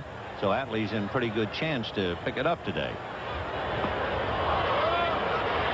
1-2. You know, we've been giving anniversaries. We talked about the fact that with Mattingly's 7 straight home run games completed on a day when Joe DiMaggio had his streak snapped, July the 17th of 41, and we showed you Willie Mays getting his 3,000th hit on this day in 1971. Aldrete comes up empty. Down he goes. This is not a big streak. It's not going to get any headlines, but in the National League record book, it was on this day that Ron Hunt was hit by a pitch. And when Ron Hunt was hit by a pitch on this date, he broke Frank Robinson's record, National League record, of being hit most times by a pitch. Ron went on to what we thought was stratospheric heights in being hit by a pitch. But Don Baylor has broken that mark. So Baylor now is the champ. Battered and bruised and lumped, but he's the champ. What was it Ron Hunt said about that? He said, I was always hoping there'd be somebody dumber than me to win the award. He said, you know, when they talk about players being able to hit, they say he gets good wood on the ball. Ron Hunt, they said he gets good skin on the ball. Take one in the neck for the club. 1-1 to count. Jeffrey Leonard, 8-0 Giants. 6th inning. He used to practice that. Go down and practice getting hit. Yeah. That's dedication. Oh. And hospitalization.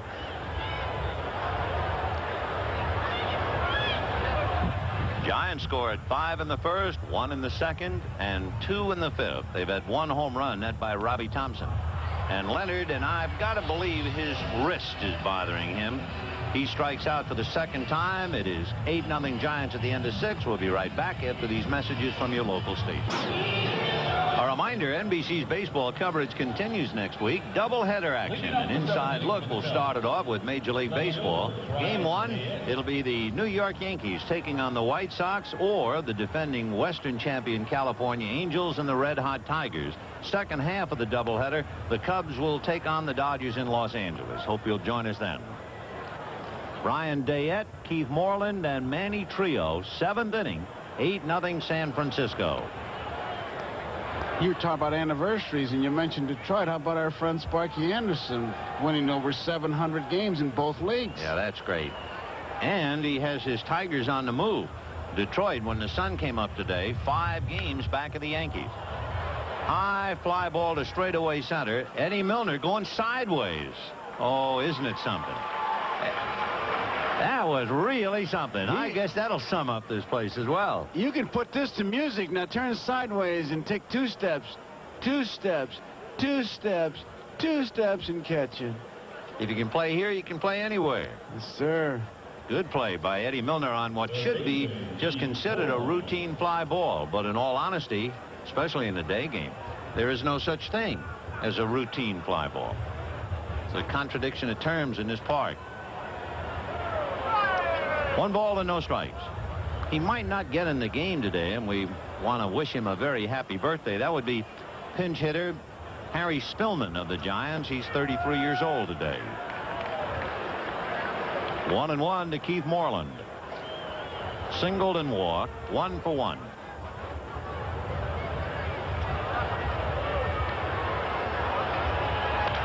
Lined into left field. That'll be a base hit. So Moreland bidding for a perfect day. 2 singles and a walk. That is hit number 5 of Atlee Hammaker, and the batter will be Manny Trio.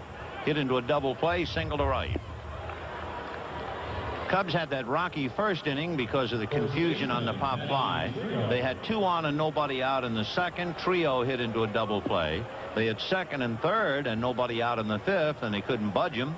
They had the leadoff man get aboard in the 6th, and Dawson hit into a double play.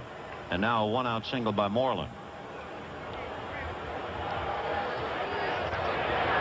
And Trio drives it to left, and Leonard going back to the track, and this one is gone. So Manny Trio hits it out, and that makes it Giants 8, Cubs 2 for Trio, his 6th home run. He has 18 runs batted in. And for Atlee Hammaker, that's the 11th home run that he has allowed. It looked like he was just going to try to get ahead of Trio, and Trio wouldn't let him. He jumped on that fastball and hit it over the fence. 120 home runs for the Cubs, number 1 in the league. And as we said, they're on a pace to hit. Well, they're going to break the 182 set in 1958.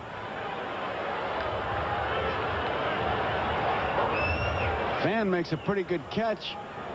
Drops it, but he'll recover it. So 8-2 Giants, and here's Jody Davis. And he goes the other way, but he hit it more at the end of the bat. And it's going to be an out to Aldretti on the track. 2 down. Hammaker's pitch is coming up a little bit now. He had the long out by Diet, high in the air. Then Moreland single, Trio homers, Davis a fly ball to right, and Paul Noche will be coming up. They're not letting Hammaker get ahead of him. They're going after that very first pitch. It's in the strike zone. Noche struck out, grounded out. Left-hander Frank DiPino is throwing in the bullpen. If they get to Ron Davis' spot, evidently Gene Michael will hit for him. 4-1. There's Frank DiPino.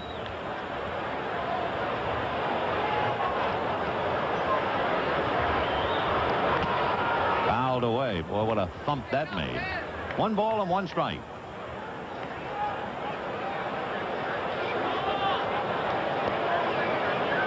Jim Sundberg, the backup catcher to Jody Davis, is out on deck. 1-1. 4-2.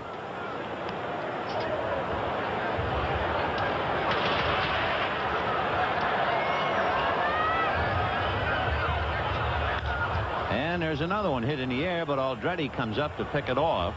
And that's that. 2 runs, 2 hits, nobody left at the end of 6 1/2. 8-2 Giants, and here's another edition of the 7th inning stretch. A fitting subject for the 7th inning stretch. Second baseman Brian Sandberg of the Chicago Cubs. We're going to the bottom of the 7th, 8-2. And some smiles on some pretty faces. Father and daughter. Leading off the home half of the 7th. Will Clark, Bob Brenly, and Kevin Mitchell in that order. And right-hander Ron Davis, who was due up first when the Cubs hit in the 8th inning. So this might be his very last inning with his team down by 6. Working on Clark, 0 for 3. Clark and Mitchell are the only 2 Giants without a hit. Will batting .301. Ground ball to first, backhanded by Trio, feeding his man Davis coming over. 1 away.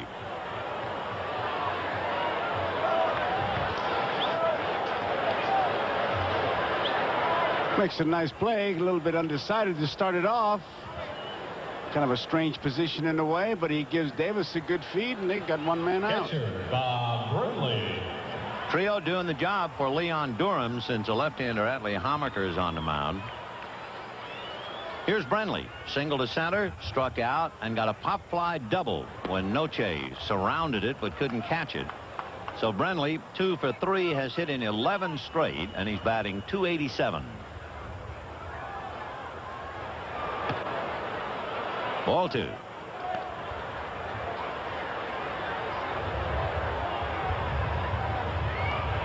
Kevin Mitchell on deck.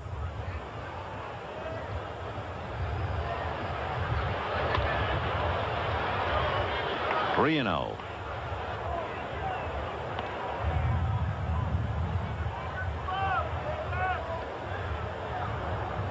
Greg Maddux, Ed Lynch, and Ron Davis working for the Cubs today. 3-1.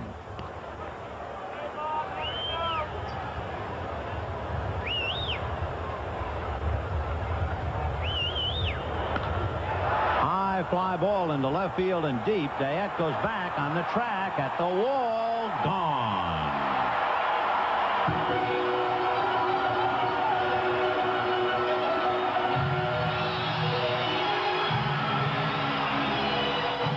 Situation here in Candlestick when those fans come out. They're really battling for that home run. Gene Michael doesn't like it at all. Look at that. They're really going for it. Those kids have a field day. Look at them. They come out in the stands like a wave. Look at them coming over now. These kids want that ball, and some of the grown-ups. And boy, here it comes. Look at this. And the batter now, Kevin Mitchell. Ball 1. Ron Davis can't find any humor in the situation. It's the second home run he's given up today. A rather pained look on his face. Mitchell hits a high drive into right center. Denier going back, now on the track, and makes the catch two-handed. Two-handed. It is 9-2 Giants. Two-handed too late. I remember years ago when Rico Carty, and I think Rico Carty was the first outfielder to introduce the one-handed catch of a routine fly ball when he came to Atlanta. Let me question it a minute. Yeah. Was Leon Wagner before Carty? Well, maybe Wags with the Giants. I don't know, but I know Carty just always did it, and I always felt he was the one to introduce it. And Paul Richards was then running things in Atlanta, and he told Carty, I don't want you to do that again. And Carty said, I can't catch the ball with two hands. He said, you're going to have to learn. And somebody hit a fly ball. And Carty tried to catch it two-handed and dropped it. And went back to catching one-handed. And ever since then, and before that, I don't remember seeing people catch balls like that. No, they always caught the ball two-handed. The worst thing about it is, and of course Michael could attest to it, if you have a center fielder who drops a fly ball with two hands, you say, well, that's one of those things. But when you see a fellow drop it one-handed, that's really hard to swallow. 1-2. Foul ball, and this telecast presented by authority of Major League Baseball and may not be reproduced or retransmitted in any form without the express written consent of Major League Baseball, and I doubt very well if there'd be many requests for this one, especially in Chicago. If so, we'll go see them 2 to 4 on Sundays. They'll be in a place like that. You know, getting back to catching that ball, I remember Terry Moore, the great center fielder with the Cardinals. Oh, yeah. Always caught the ball on the right side of his body, so he didn't have to swing around to throw it. He was always in position to throw. I remember as a kid reading on the back of a cereal box, they had big league ball players talking about how to catch a ball, and one of the things they said, catch the fly ball as if it was a baby bird falling out of a tree, very gently. Well, they get a run on the home run by Brenly, and it is 9-2 Giants at the end of the 7th. Roger Craig's battle cry in San Francisco, hum baby. And they're humming today, 9-2 San Francisco. Jim Sundberg hits one foul, batting for Ron Davis, and the count 0-1. So we've seen Quinones, Palmeiro, and now Sundberg. You know, that's something that's gone out of baseball. You talk about something that's missing. You don't hear guys hollering in the infield anymore, get that ball over or whatever. I don't know. It's pretty hard to hear him from up here. Yeah, but you just watch him. I mean, used to be guys were, you know, would chatter a little bit.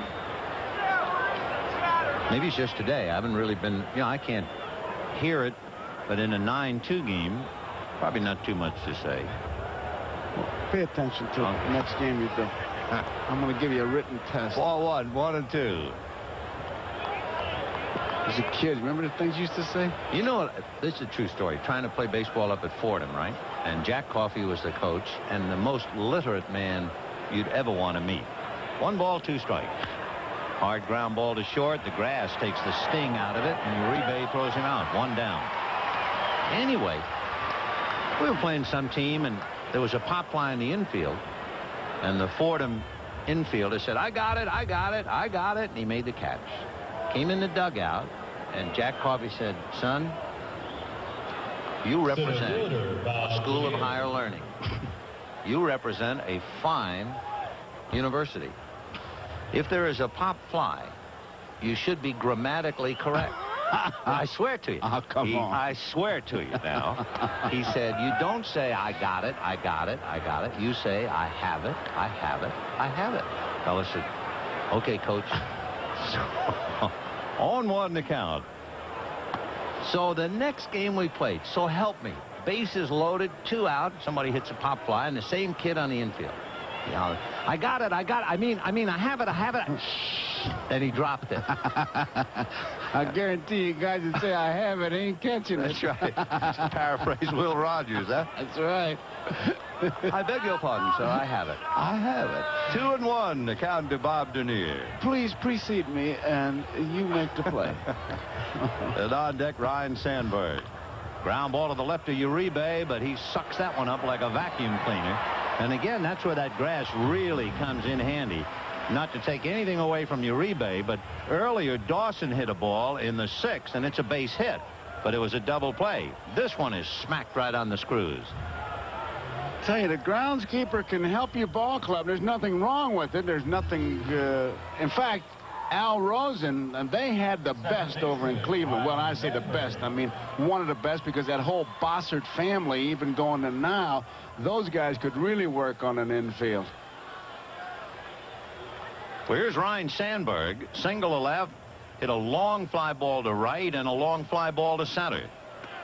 Rhino 1 for 3, hitting .284. It is 9-2 Giants. The game really kind of went down the drain by the 2nd inning. It was 6-0 San Francisco. 1-1.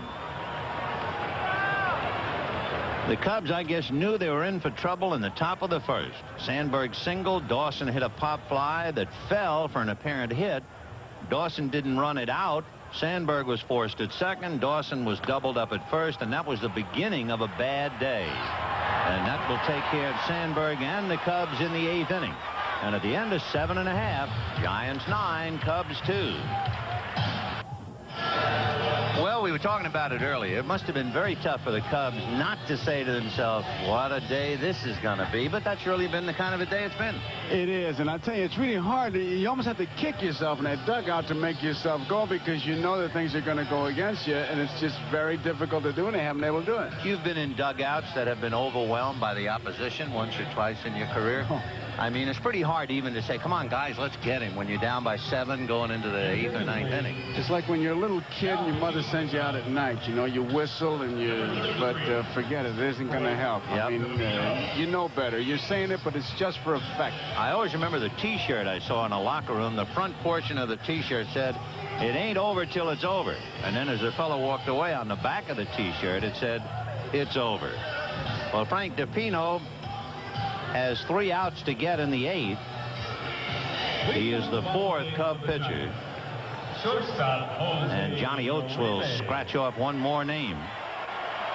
So it's been Maddox, Lynch, Davis, and now DiPino. He'll be pitching to Uribe, Hamaker, and then Milner. 9-2 Giants, bottom of the 8th. Boy, that popped out. Ball 1. Uribe double to right, pop to short, and single to left. Uribe hitting .287. Fouled away. Nice crowd today. 26,504. 26,504. That's about 6,000 above the average here at Candlestick as they slowly get to the million mark. They're not there yet. There are, last I read, 7 teams in the National League, including the Cubs, who have drawn over 1 million. The Giants are over the 850,000 mark now. That's Jeff Robinson and Craig Lefferts. Lefferts just acquired from San Diego, the left-hander. Fouled away. Pino's like a lot of those relief pitchers. They pitch off the stretch with nobody on. They feel more comfortable, but he looks like he thinks there's a guy on third, almost like he takes a look. They got him from Davey Lopes.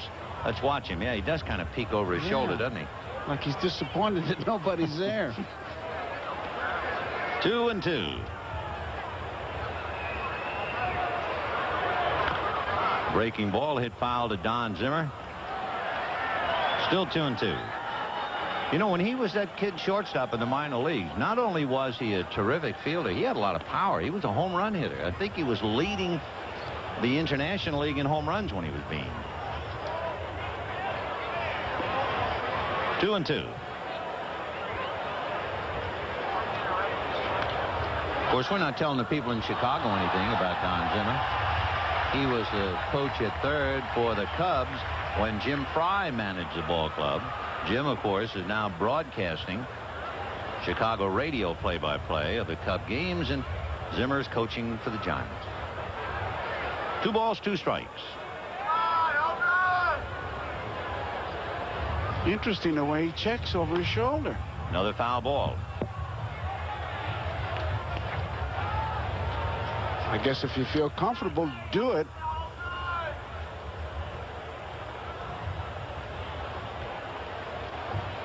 Well, San Diego fought back to catch the Cardinals, and they're 3-3 in the 7th inning.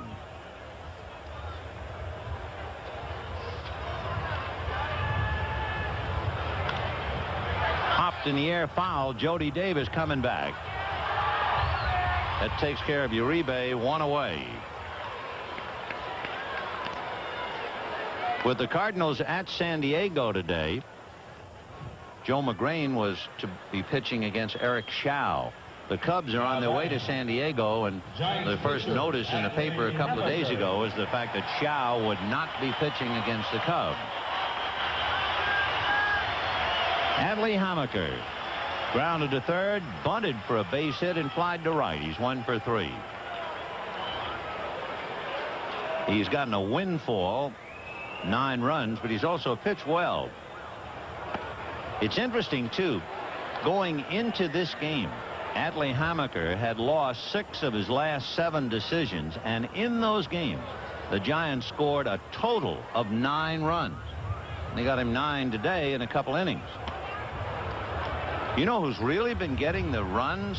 Tommy John of the Yankees. He leads the major leagues in batting support. The Yankees are averaging better than 7 runs a game that Tommy John starts. 7.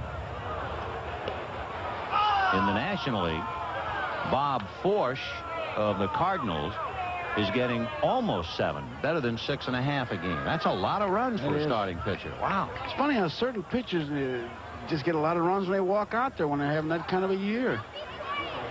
Rick Sutcliffe, when he had his Cy Young Award year, got a bunch of runs, and then it tailed off considerably. 1-2 the count. Of course, there's one other side to that coin, too, and nobody ever explores that. Pitch to Hammaker. Ground foul. In other words, you say, okay, Hammaker has lost 6 out of 7. Poor guy. The Giants only scored a total of 9 runs in those games. And you say, yeah, gee, he was really unlucky. I don't say this is true, but if you look it up, maybe he allowed 79 runs. All right. They'd never tell you the runs that he gave up. 1-2. Hit off the end of the stick, foul outside of first. He broke his bat. The Giants sitting back. That's Dave Dravecky. See, he looks a little different in a Giant uniform. Cincinnati is at New York tonight. The Reds leading the Giants by 4, Houston by 2.5. Ted Power is due to go against Sid Fernandez. And Philadelphia at Houston, Don Carmen and Bob Nepper. 1-2 the count. Fouled away, so Hammaker making DePino work. And it's still 1 ball, 2 strikes. Jody Davis been hit with 3 foul tips just this time at bat. He's in one of those catcher slumps like that mask is a magnet. 1-2. Got another one. Someday we'll have a record kept. Most foul tips. And you'll keep track of it. I know that. Well, you think anybody has looked at it? Ask Jody. Randy's just looked at the ball and said, we'll put a new ball in play. And that's just what Jody's talking to the umpire about. Why do they have to hit me now? I know somebody's going to probably want to look at the ball tomorrow, and that'll be Gene Michael. And down goes Hammaker. Tomorrow's pitchers, Les Lancaster and Mike Krukow. And the last time Krukow pitched for the Giants against the Cubs, Gene Michael acted as if it was Mike Scott at Houston. He was claiming that Krukow was scuffing the ball. Well, Atley gets himself a standing ovation. He's another fellow from nearby Carmel. Well, with that new catcher they brought up, that's going to be an audition if Hammaker pitches to Sasser. Mackie Sasser. Mackie Sasser. Atley Hammaker. Strike. Adley's mother is from Kyoto, Japan. Kyoto being the old capital of Japan. In fact, the Japanese did an interesting thing. The old capital was Kyoto, K-Y-O-T-O. When they established the new capital, all they did was rearrange the letters. T-O-K-Y-O, Tokyo. You moved your hands just like Vanna White then. Ground ball to short. Noche to first. It's all in the hands. And at the end of 8, whether it's Teoko, it's 9-2 Giants. The oldest ballpark in the National League and one of the great spots in America to spend an afternoon watching the Cubs play ball, Wrigley Field. And I would think at this juncture the Cub players would just as soon be in Wrigley Field. It is 9-2 Giants in the 9th. Andre Dawson, Brian Dayette, and Keith Moreland. Dawson has a 10-game hitting streak that will be snapped unless he does something in his last at-bat. Ball 1. And he might have gotten a base hit and was somewhat embarrassed in the first inning. He's waited almost, well, 2 years. Atley Hammaker coming back from twice he's had surgery, torn rotator cuff. This is his longest outing of the year. He went 8 innings back in May. 2-0. Ball 3. The only disquieting thing he has done to upset Roger Craig's day has been walking a couple of leadoff men, allowing a couple of leadoff men to get on. But he has a big cushion leading 9-2. In there. 3-1.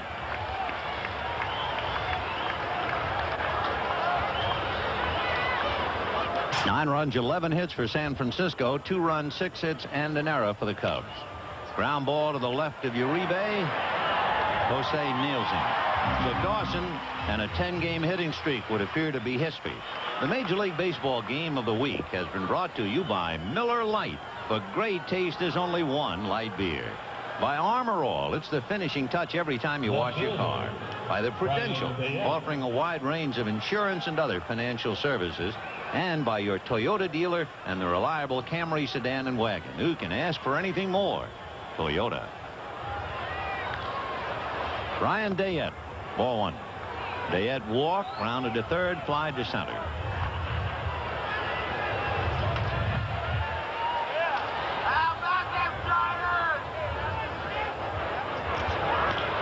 Chopper back a third, foul.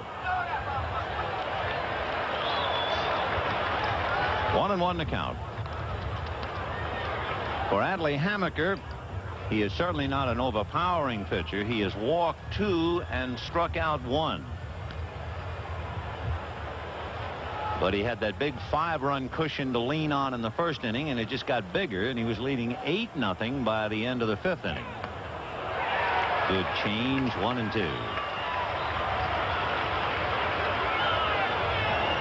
Cubs got on the board in the 7th inning. With 1 out, Moreland singled, and Manny Trio hit a home run. Ground foul. John Vukovic coaching at third. Jim Snyder over at first.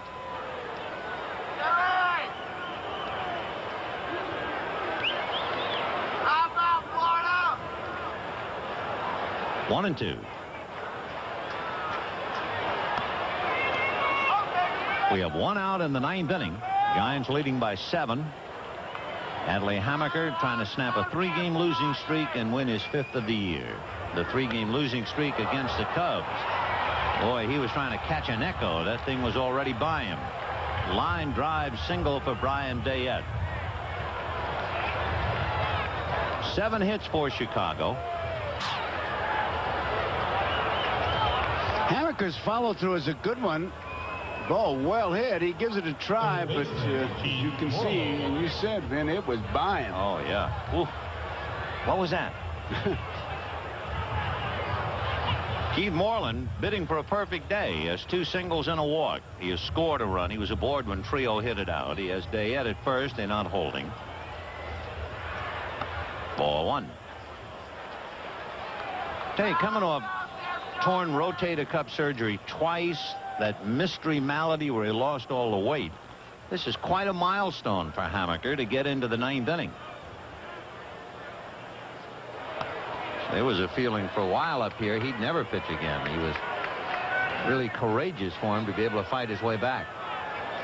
He's gone through a lot, and I tell you, I had a long talk with him, and it was great to listen to him, and how he battled back, how he changed his thinking, and how his wife was such a big support system for him. He's only 29. Fouled away. Hammaker came with others from Kansas City in a deal that involved, among others, Vida Blue.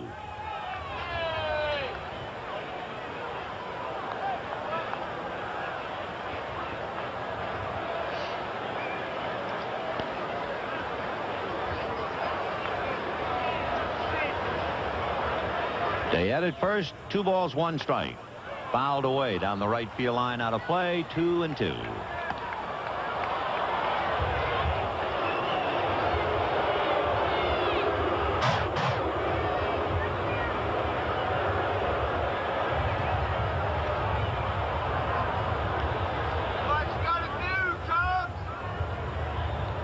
One away in the 9th. Fastball, and that's hit into right field for a base hit. Dayette to second, will keep on going to third. Aldretti fires into Rob Thompson. So with 1 out, runners at first and third. Big day for Moreland, 3 singles and a walk. And the batter will be Manny Trio. Boy, you could see with 2 strikes, he wasn't about to take that big swing. He was going to stay with him. With the breaking pitch, he just served it in the right field. That's good hitting. Trio hit into a double play. He singled to right and hit the 2-run home run in the 7th inning.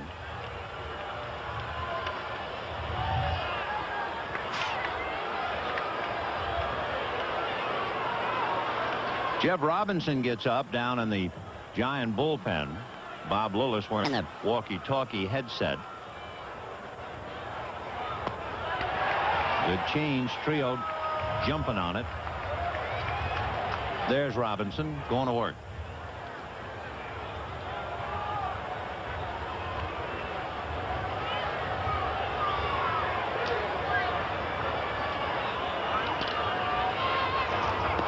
Half swing. They're going to check it first. Swing, says Paul Runge. 0-2 the count to Manny Trio.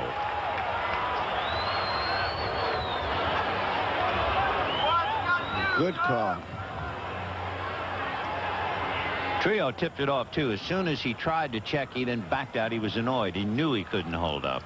That's why I think Runge kind of smiled when he pointed to him as if to say, yeah, you were right. You did swing. 0-2.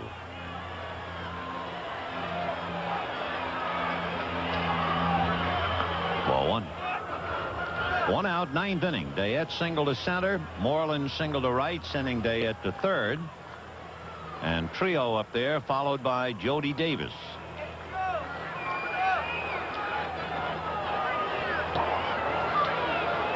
9 runs, 11 hits for the Giants, 2 runs, 8 hits for the Cubs.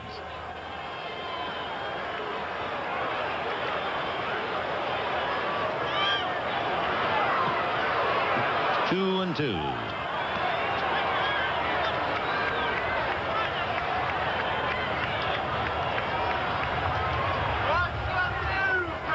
Waiting his turn on deck, there's Jody.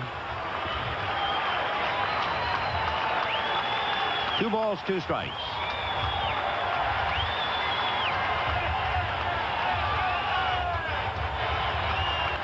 Line drive at Kevin Mitchell. 2 down. So Trio hits a bullet, but instead of perhaps an extra base hit and 1 or 2 RBIs, it's the second out. Ball drilled right at the third baseman. And that will bring up Jody Davis. 0 for 3. Flied to left, grounded to third, flied to right. So Jody 0 for 3.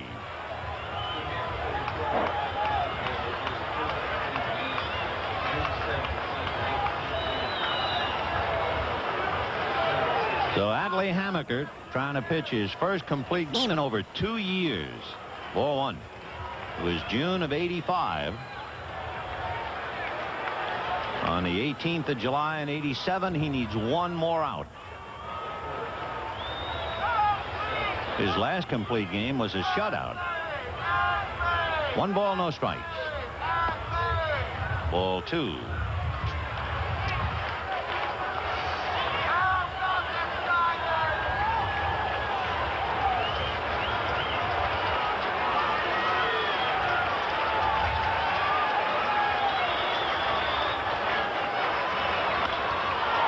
Fly ball into deep left center field. Eddie Milner going back on the track and one-hands it at the wall.